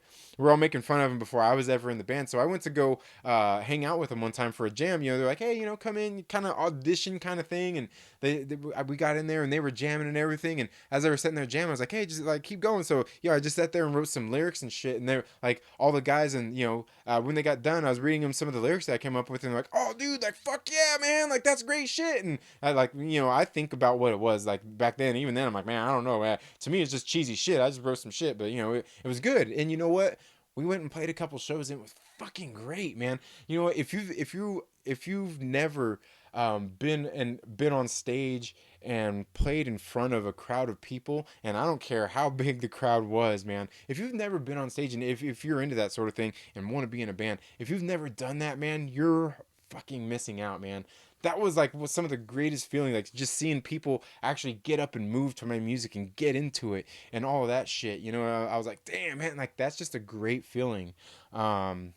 Seeing people do that, and you know, I think fortunately I think we only did 3 shows ever, but it was a good time. And then everything else after that has pretty much just been me and my friends just messing around, making music and stuff like that. Never really in a band because we never really had a drummer. Like I've got a drum set and stuff, but I'm not a drummer. You know what I mean? Like, and I can play some beats and all that shit, but like, you know, would never, you know. So me and my friends used to play around because my one friend, he actually is in a band. Like he's a great fucking guitar player. One of the best great guitar players I know. You should go check him out here on YouTube. It's King Shifter. Go check him out.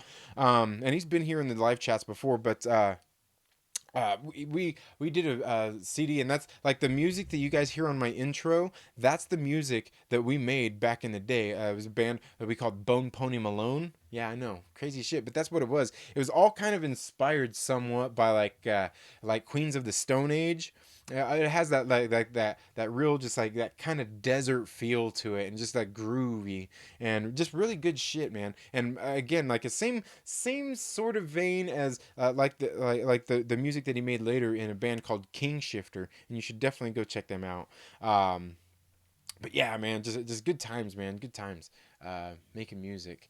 Uh, yeah, and yeah, you know, and like I said, when Young Ripper 59 was on the show, man, we didn't even get a chance to talk about music. We didn't even get there. And plus, I didn't want to keep him on the show for too long, man. We're all busy, you know what I'm saying? Lonely Banter says New Mutants is going to get a new date. That about it? Yeah, that is about it. Marquise Roberts says Dark Phoenix wasn't bad. You know what? It wasn't bad, but it wasn't good.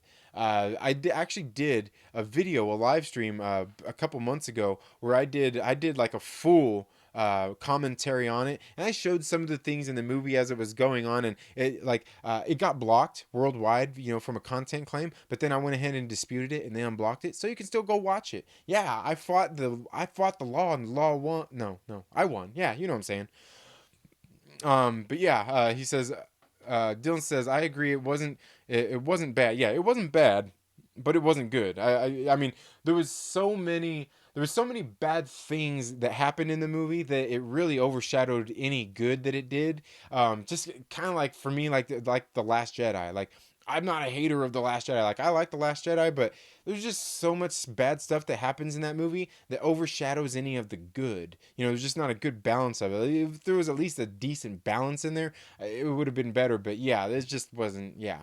Um, let's see. According to Christie says he at Tommy he does, and I felt like an idiot from being Dallas and not realizing he was in backwards. Oh, okay, yeah, yeah, yeah. I'm talking, yeah, but Young Rip and his band, yeah, for sure. Um, Lonely Banter says that about right. Forgot what I rated it at Marquis. Yeah, yeah, it's 7 out of 10. I don't know. For me, I would say Dark Phoenix is more. I'd be being very nice to give it a 6. I'd give it maybe a 5. I'd give it maybe a 5 out of 10. And I'll give it a 5 out of 10 without having to go and talk trash about the movie. I'll give it a 5 out of 10. Pop Culture PB says make 21 videos, right?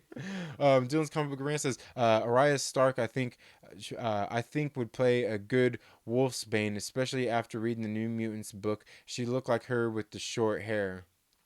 Yeah, and I'm not really into fan casting or anything. Sometimes, when I see these roles and things out there, like there are people I'd like to see in some of the different roles, but altogether, I'm not really into the fan casting thing. Like I said, I think John Bernthal would make a great Wolverine. And some people would be like, "Oh, but he played Punisher." Yeah, well, Chris Evans played multiple characters as well. So hey, let's move on with that. You know what I'm saying? TT says, "I feel like it should have. I feel like I should have it on a shirt sometimes. It's okay if you don't like something." Yes, yes. Maybe that's what I'm gonna do. Is I'm gonna have shirts printed up for my channel, and it's gonna say I'm gonna. Dang it! Did you? I can't say it now because then you just then I owe you money. Like I'm gonna owe you some of the proceeds. But yeah, it's okay if you don't like something. Yeah, it's perfectly fine. It's all right. Am I allowed to do that? Dang it! I'm I'm just a bad person. I'm just a bad person. Kermit the Log says, "Hail Trinity, what's up?" Kermit the Log. Marquise Roberts says, "Second Street, did anybody tell you that you look like Mark Dacascos?" No, I haven't got Mark Dacascos before. I've actually gotten Billy Zane before, but then somebody else, one of my Patreon supporters, Tara, actually pulled up somebody else that's in the show, and I shared it on my Twitter one day. I'm like, holy shit! Like I actually like this dude I looked at, and he was an exact doppelganger. He was like, I can't remember what his name, Aaron Goodwin. Aaron Goodwin. Let me see if I can find his picture and pull that up here. Aaron Goodwin. Oh man. Um, is this him? No, that one doesn't show me. I think it was Aaron Goodwin. I thought it was something like that. Maybe it wasn't Aaron Goodwin. Dang it. But yeah, it was this guy. He's on this TV show, and what's funny is I sent the picture to my sister, and even they were like, oh, what's funny is like, because my sister was like, I always tell Will all the time that guy looks just like you, and like he did. Like when I had like a little bit of stubble and everything, like I looked this morning, like and I seen the pictures. I'm like, dude, I look like that guy, dude. That's fucking crazy. But yeah, no, I haven't heard Mark Dacascos before. Not no, but that's cool. Hey man, I like Mark Dacascos, and he's a good looking guy. Yeah, yeah. LB says one of them random websites making fake rumors again. Oh yeah, man. There's all them random websites making all them fake rumors, dude. Um, Kermit the Log says I love my own shit. Right? You got to. You got to. Um, Dylan says, do you watch Titans, Kermit? Oh man, I don't watch Titans. I don't watch a whole lot of TV shows. Like The Mandalorian is kind of an exception, and all the MCU shows that are going to be coming out are kind of an exception. Other than that, I don't really like a whole lot of the TV shows and all that stuff. I mean, I watched some of them, like Breaking Bad. My wife binge watched all that. I didn't even watch it. She said it was really great, and I've heard it was really great. I just don't do a whole lot of TV shows. Just don't do a whole lot of TV shows. Um, Let's see. I know I just seen one right in here. Oh, Random Brad creates says Caius. Yes. Yes. Caius. Yes. You know what you're talking about. You know what you're talking about there, man. Yeah, Random Bread creates. Fucking Caius is great. Marquise Robert says at Bone Pony Malone. I saw you rocking the shirt the other day. Yeah, Bone Pony Malone is. Yeah, that was what we did. We recorded it in 5x5 Studios, which is ultimately just our garage. And yeah, man, we had a good time. We did several different songs. I could actually play some of the stuff on here. I could actually play some of it on here because it's not like I'm not gonna get a copyright strike on it because it's my shit. Well, no, not just my shit. It's our shit more than my shit. But yeah, we did. But we actually did a cover of Beastie Boys' "Got to Fight for Your Right" on there as well. We were all drunk out in the garage having a great time. And that's what it ultimately came down to. Is most of the times we did most of our recording when I would get home from my job late at night at 1 o'clock in the morning, and my friends would be shit faced plastered, and they had everything all worked up, and we'd just go out to the garage and start recording some music. Man, it was great, man. Those were good times. If you guys are David Lee Roth fans, don't turn me into the YouTube copyright gods for that.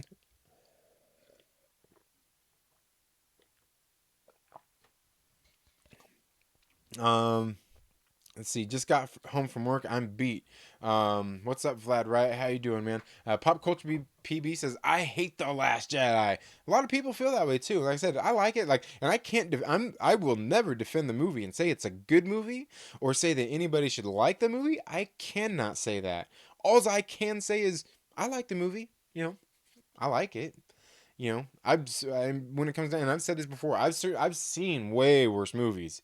I've seen way worse movies, but yeah, for me, like it's just one of those movies. Like it's good, it's got good stuff in it that I like. But even when I first seen it, one of the first things, right at the very beginning of the movie, took me out of the movie because the first thing in the Last Jedi was when Poe comes up to the Star Destroyer or whatever, or the dreadnought, and he's sitting there being all smart ass and just like that whole scene right there. Like I remember seeing that. Like I like this humor, but like this just doesn't fit in Star Wars.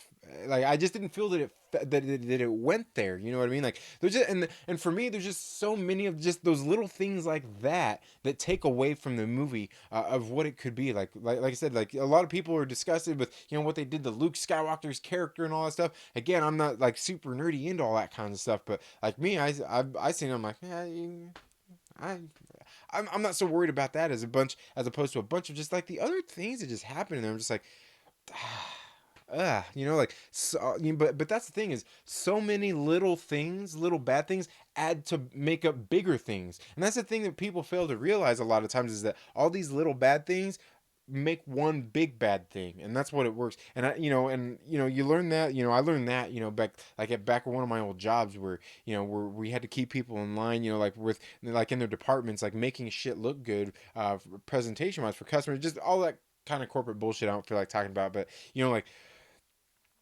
this doesn't look good. Oh yeah, but this looks good. Yeah, this looks good, but then this don't look good, and this don't look good, and this don't look good. So this one thing looking good doesn't matter because the rest of everything else, like if you had everything else looking good and this one bad thing, that's the difference. But you got all these little things that just make for an overall bad product, and for me that's the thing is like it just does enough bad things in there that I'll, like I said, I'll never defend the movie, but yeah, it's okay. Yeah. I'm certainly not gonna be like ever be mad about it or anything, like some other people like some other people are that are out there. I just just like shitty movie. One shitty movie. I'll give him one shitty movie. And for me, the biggest problem with that, because everybody said that the Force Awakens was just basically a reboot of A New Hope. And to me, that's where The Last Jedi fails at, is it doesn't build on what anything that we learned in the first movie, or not necessarily in the first movie, but in The Force Awakens. It just doesn't build on that. Like, you got to take that story and build on it. You got to build on it. But, like, they took that story, the Force Awakens, and they just like, okay, there's that story, and then there's this story over here. Like it's just a story. We didn't build on anything. We just took a story and we just made another story instead of building on it. You know, like, and is that bad? Am I using bad? You know what I'm talking. You know what I'm talking about. But they didn't build on anything. You know what I mean? They just like continued. It was just like a continuation of like it was just a continuation of a build up. Ultimately, is what it is. All it really felt like. You know, like we didn't. There was no real character progression for any of the characters. Like Ray. Case in point, if they would have actually given her some sort of a character arc in the movie, but like her character arc from the Force Awakens to through the Last Jedi, it's just like it's just the same. You know, it's just the same. There's no arc to it. And I'm not saying like she's a Mary Sue or anything like that. That's not the case. And the reason that anybody would say that is because they didn't build on what they did in the first movie. They didn't build on it. That's why you could easily say that she is that, because they didn't build on it. That's why people will say that, because they didn't build on what she did. Like give her some training, give her these challenges to go through. And so yeah, I mean. You could say that this is Mary Sue in that way, but the only reason is because they didn't build on it. They just didn't build on it. If they would have built on it in a sensical way, people would look at it and be like, "Oh, okay. Well, I mean, at least they took care of the character." But they just yeah. I'm not even a writer, but even I can see that shit. You know what I'm saying? Um, let's see. Oh man, I missed some more stuff here. Kermit the Log says Becky with the good nair. Oh man, what I miss? I missed something there. Marquise Roberts says not really into fan casting, but I'm glad that Margot Robbie got the role of Tank Girl. I never read really know. I don't really know much about Tank Girl. I didn't even. I didn't. Man, did I watch that movie? The one they did back in the '90s. I may have watched it. But yeah, I don't know. It's just a crazy silly character out there. I may watch it. I mean, hey, it's not like Margot Robbie's hard on the eyes. You know what I mean? Tommy says Trinity's out there cloning himself. TT says I always thought that John C. McGinley, Dr. Cox from Scrubs, would make a great Mr. Sinister. Oh yeah, yeah, oh yeah, yeah, definitely. I kind of think that he would make a great. I think he'd probably make a great Norman Osborn too. You know what I mean? I think he would. Feel free to use those words on the T-shirt, mate. Right? All right.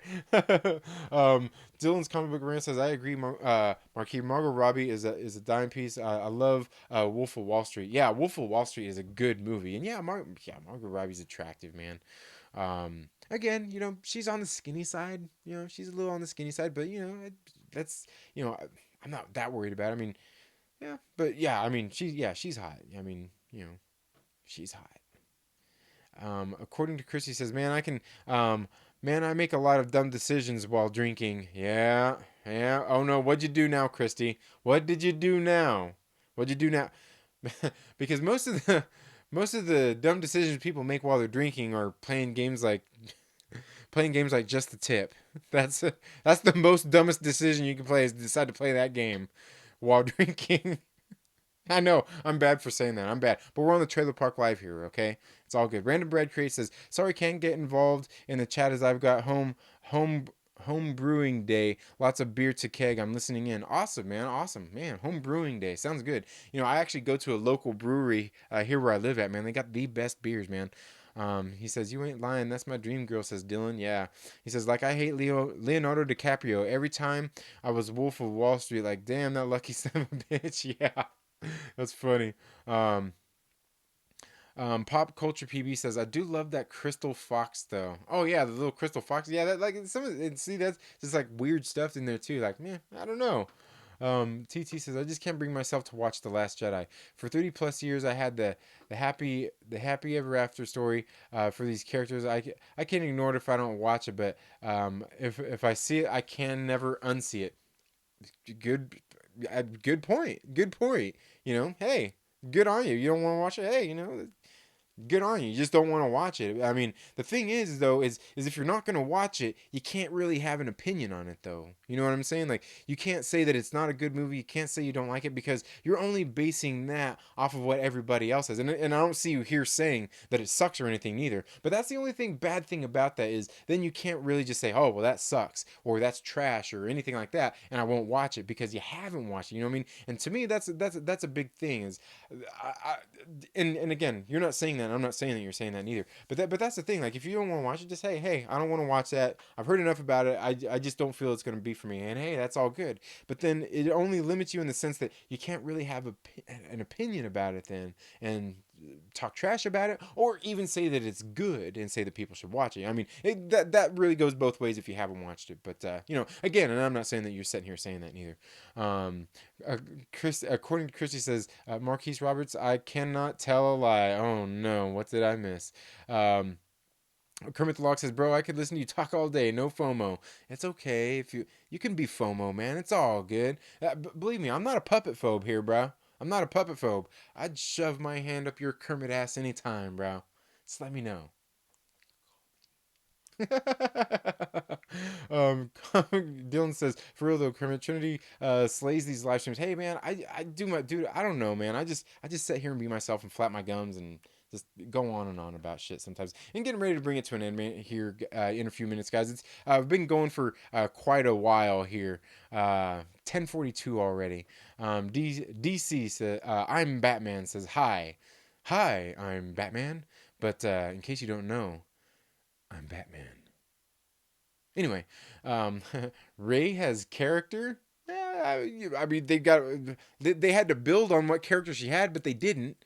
But I like Ray. I mean, I like Ray, but again, like you got to give me something. You got to give me something. You give me the character. You gotta build on them. Like I even said about like the Luke Skywalker thing. Like when I was growing up, even when I was a kid, I watched Luke Skywalker. I'm like, he's kind of a little bitch. He's kind of a whiny little bitch. But then through the course of the movie, through the course of the two movies, by the time you get to Return of the Jedi, like he's rounded the corner and he's reeled it in, and he manned up, he sacked up, and like he like all those little whiny bitchy ways that he had, I'm telling you, this is even when I was a little kid that I seen that shit that way. I'm just like, yeah, he seems a little bit whiny to me.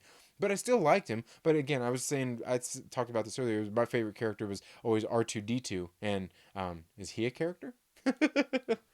um, let's see. Derek Rogers says, sorry I'm late.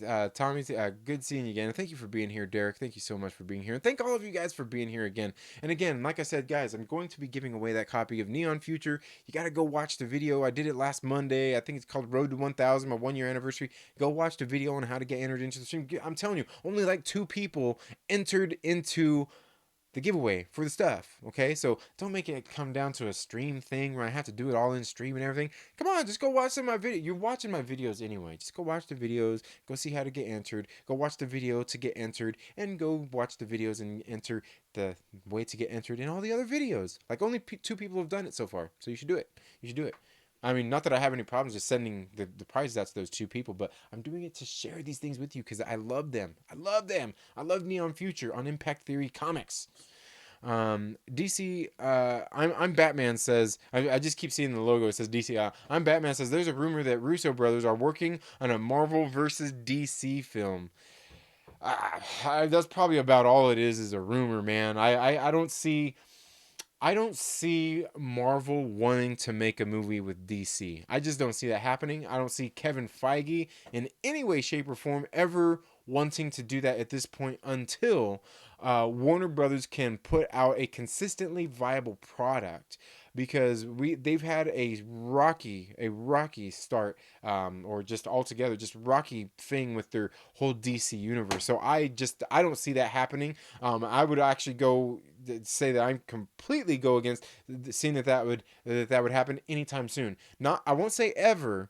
I won't say ever, but it's not going to happen anytime soon because just DC can't seem to get their shit together as far as consistency is. And I'm not saying all their movies are bad. I own every single one of their movies except for Suicide Squad, but they just don't have their shit together. And I mean, again, like you saying, it's a rumor. That's all it's going to be, is a rumor, because I do not see, I do not see Kevin Feige ever wanting to do that unless they got their shit together. And even then, I can almost willing to bet you that Kevin Feige will say, we're producing the shit over here on our stuff. You can have, you can have the distribution, but we're gonna produce it, and you guys can come in and help us produce it. But overall, I don't think that would ever happen anytime soon. But you know, I'm not saying that I'm against it at all. I'm not saying I'm against it. I mean, hell, that would be great. I'm Batman says I can't wait for the Black Widow trailer. Me neither. I can't wait for the Black Widow trailer neither because I'm waiting for that Black Widow movie. Now I know that it's not gonna live up to all the expectations that I would like to see out of that movie, but I can't wait to see it. I can't wait to see it nonetheless because I'm just a fan of the MCU. I like the MCU. I nerd out over this shit, and then I can actually start. I've actually got a theory that I'm working on for a theory that I've got working, and I've talked about it before here on the channel that I'm going to be working up together, and then I'm going to be getting together with Josh over at the Den of Nerds, and we're going to do a live stream, and we're going to be talking about it. He's going to come on the show. We're going to do this whole big old thing. It's going to be some cool shit. And you guys, I'm telling you, maybe I'll have to see with how we get everything working together because I will probably want to get with him and see like get his input on what my theory is as well before we get everything going. But yeah, I have this huge theory about like the Ant-Man 3 movie, Loki, WandaVision, and Doctor Strange. Just kind of a lot of these things, maybe how they might be tying together. I could be wrong, just some stuff that I seen coming up. And again, like I said before, I started my channel to do theories and all that kind of stuff, but I'm not reading other people's theories. Like if you see a theory on my channel, it's my own shit, like that I came up with, and and sometimes when it comes down to it, like my theories are all based off the movies and stuff that we've seen and stuff like that. So like, sure, there are some things that would probably be stuff you've seen in other similar theories, but just because we're all basing our stuff off the same shit, that's why. But but yeah. Vlad Riot says, I think it's LB's fault I came across your channel. Well, that son of a bitch. Damn you, LB, exposing people to me? Yeah, oh man, wait, that me exposing to you know what I'm saying. But yeah, man, thanks for being here, Vlad Riot. Yeah, and LB, man, LB's awesome, dude. Got much love for LB, man. Definitely been a great supporter of the channel here for a very, very long time. I think TT says I think it is the job of the trailer to get us interested enough to go see a movie. If it doesn't, then my opinion is that I'm not interested. And absolutely, 100% agree with you there. And that's largely, you know what, TT, I'll tell you, that's exactly why I didn't go see Alita Battle Angel in the movie theater. Because I watched the first trailer and I was like, ooh, like this looks good. And then as time went on, I seen more trailers and some of the promotions and things that they were doing for it, and I'm just like, man, it's like I feel like they're just trying too hard, and something's going wrong here. And they really started to lose me the more the trailers went on after that first trailer, and I was like, yeah. And I never went and seen it at the movie theater, and then I finally watched it. I bought it on DVD and I watched it and everything. I was like, oh man, like dude, I kicked myself in the ass. I'm sitting there. This is a movie I should have seen at the movie theater because Alita Battle Angel was great. My kids were sitting there watching it, and this first thing they seen when she first went in out there kicking ass, they look like, oh, they're like, I want to be Alita for Halloween, and my oldest daughter was. But yeah, it certainly is, and but I don't put everything on a trailer neither, because there are some movies I've seen that have just like shitty trailers, and the movie's actually pretty good. And because yeah, but I do hear what you're saying, but that is definitely the point of the trailer is to get us interested in wanting to go watch the movie. More so than what one of these actors says in an interview. But maybe there would be some detractions like the director coming out and saying that it's not for men. That would be a detractor too, but so yeah, I mean, just there's, I don't know, sometimes I think people don't think when they're trying to market their movies. I don't think they market them very well. Ooh, did you guys see that? You guys see that? You see my little R2D2 there? Yeah. Dylan's comic book rant says, I enjoy it, Marquis. Still not better than the first two, but we knew that would never happen. I always seem to like the Terminator movies more than most like them. All them, honestly. Christian Bale. Oh yeah, I don't think I've seen all of them. And Terminator Dark Fate, like, yeah, it was an okay movie. Yeah, it was okay. It wasn't bad. It just has so many things on it that again, it didn't do so many bad things like Dark Phoenix did that it overshadows any of the good. It's just that it had a balance of it, I would say. But there were just some things that were, like I said, for me, it's not terrible. Just things that I would say are easily improved. LB says more random rumors from random websites. Yeah, yeah. Um, Marquise Robert says, "Give that Neon Future book to me. My daughter will be born in less than 2 weeks. Uh, She won't like it if I show up to the hospital without that book. Right? Right? And congratulations, man. Congratulations on becoming a father. I mean, maybe again or for the first time. That's awesome. I've got 3 kids myself, so yeah. Man, that's just a rumor. We'll be lucky to get another Marvel movie from the Russos. They're supposed to be taking a break, but hoping they will come back after they do a couple of independent movies. Yeah, man. I like the Russos. I like what they've done. But again, like I'm not gonna praise them and say that like they're like some sort of gods or anything. But they gave us some of the best MCU movies. They certainly did, and a lot of that too. Marcus and McFeely were the ones who wrote those movies too. So let's not forget that neither. Those writers wrote those movies. Um, Dylan's comic book rant says, "I'm excited for Black Widow. I can't wait to nerd out over the trailer. I'm the same. I'm the same Trinity. I'm just such a freak to nerd for the MCU. Yeah, me too. And not one of those like freak nerd people that like gets all in my feelings when Sony decides to pull Spider-Man from the MCU. Perry Comics says, "Yo, I just watched the Mandalorian episodes. I feel happy. My first Star Wars in years. Yeah, man, the Mandalorian has been great. I've really liked the Mandalorian. Now it does have some faults. Nothing that I could really be critical of. Mostly with the pacing of the first episode and even this fourth episode. Pacing was just I don't know. I'm not even sure if it was the pacing. Maybe more so than some of the things that happened, it wasn't quite. I don't know. There was some stuff wrong with it, but largely I liked it. And plus, I mean, Bryce Dallas Howard directed it, and Bryce Dallas Howard, I don't know, she's a ginger, so I just I got a thing for gingers. What can I say? What can I say? I got a thing for gingers. Yeah, I do. Just like I got a thing for Asians as well. My wife, she's Japanese. What can I say? What can I say? What can I say? Can't help it. I can't help it. But yeah, yeah, Mandalorian's been good. Marquise Roberts says Alita Battle Angel was a great film. Yeah, it was a good film. It was really good. Much better than I ever thought it was gonna be. Uh, TT says I don't get to see John Carter. Oh man, it skipped on me. It skipped on me. I don't get to see John Carter because the marketing was terrible. When it came on TV, I was kicking myself. Man, and doesn't that suck? Doesn't that suck when you do that and you see a movie and you're like, dang it, I should have seen it. I haven't seen John Carter myself. I haven't seen that. Um, TT says it's an 8-hour round trip for me to get to the nearest cinema, so a trailer really has to interest me before I take the time to go see it on the. Oh, yeah, okay. I I totally hear you there. Then I understood that. Definitely makes sense, and that's a whole lot of context to exactly what you're saying there. Yeah, if I had to drive 4 hours round, 8 hours round trip to go watch a movie, I would be very selective about what I'm going to watch. Yes, yeah, okay, yeah, no fault on you there, man, at all. Um, Pop Culture PB says I have no kids, they don't want me. Tommy says some of these trailers have everything that is good in the movie, and the rest is just bleh. Yeah, that sucks too. And again, some of the movies, man, like they just like I watch a movie and I'm like, man, the trailer just doesn't do this movie justice. Um, yeah. But anyway, I guess that's all I've got for the Trailer Park Live tonight, guys. Thank you all so much for being here. I hope you all were here from the beginning of the stream and got to see as we had Darth Lund on the show and just talked about just some different stuff. Just kind of got to know him a little bit better. Again, he's a new creator. I don't really know him.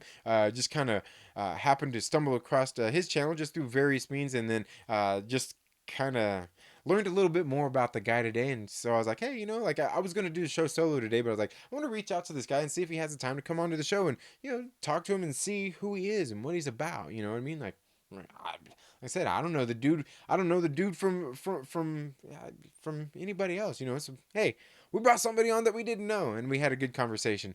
But and we're gonna have a whole bunch of fun on Sunday, guys. I hope you're all able to make it for the live stream. Again, I will try to make it like one of those event kind of things, and make it so make a thumbnail and everything for tomorrow, so you guys can go and hit your reminders and all that stuff. But if you're here, you should already be subscribed, and you should have that bell clicked and all of that good stuff that I'm told to tell you, because you know how to do it anyway. Make sure you should do that. But thank you all so much for being here today. You guys all have a good day. Have a great evening. Have a great rest of your weekend. I'll probably have some videos dropping here over the weekend, but I will definitely see you all guys on Sunday, live and in person in the flesh. You all have a good night. Be safe, and we'll see you in the next video. Later.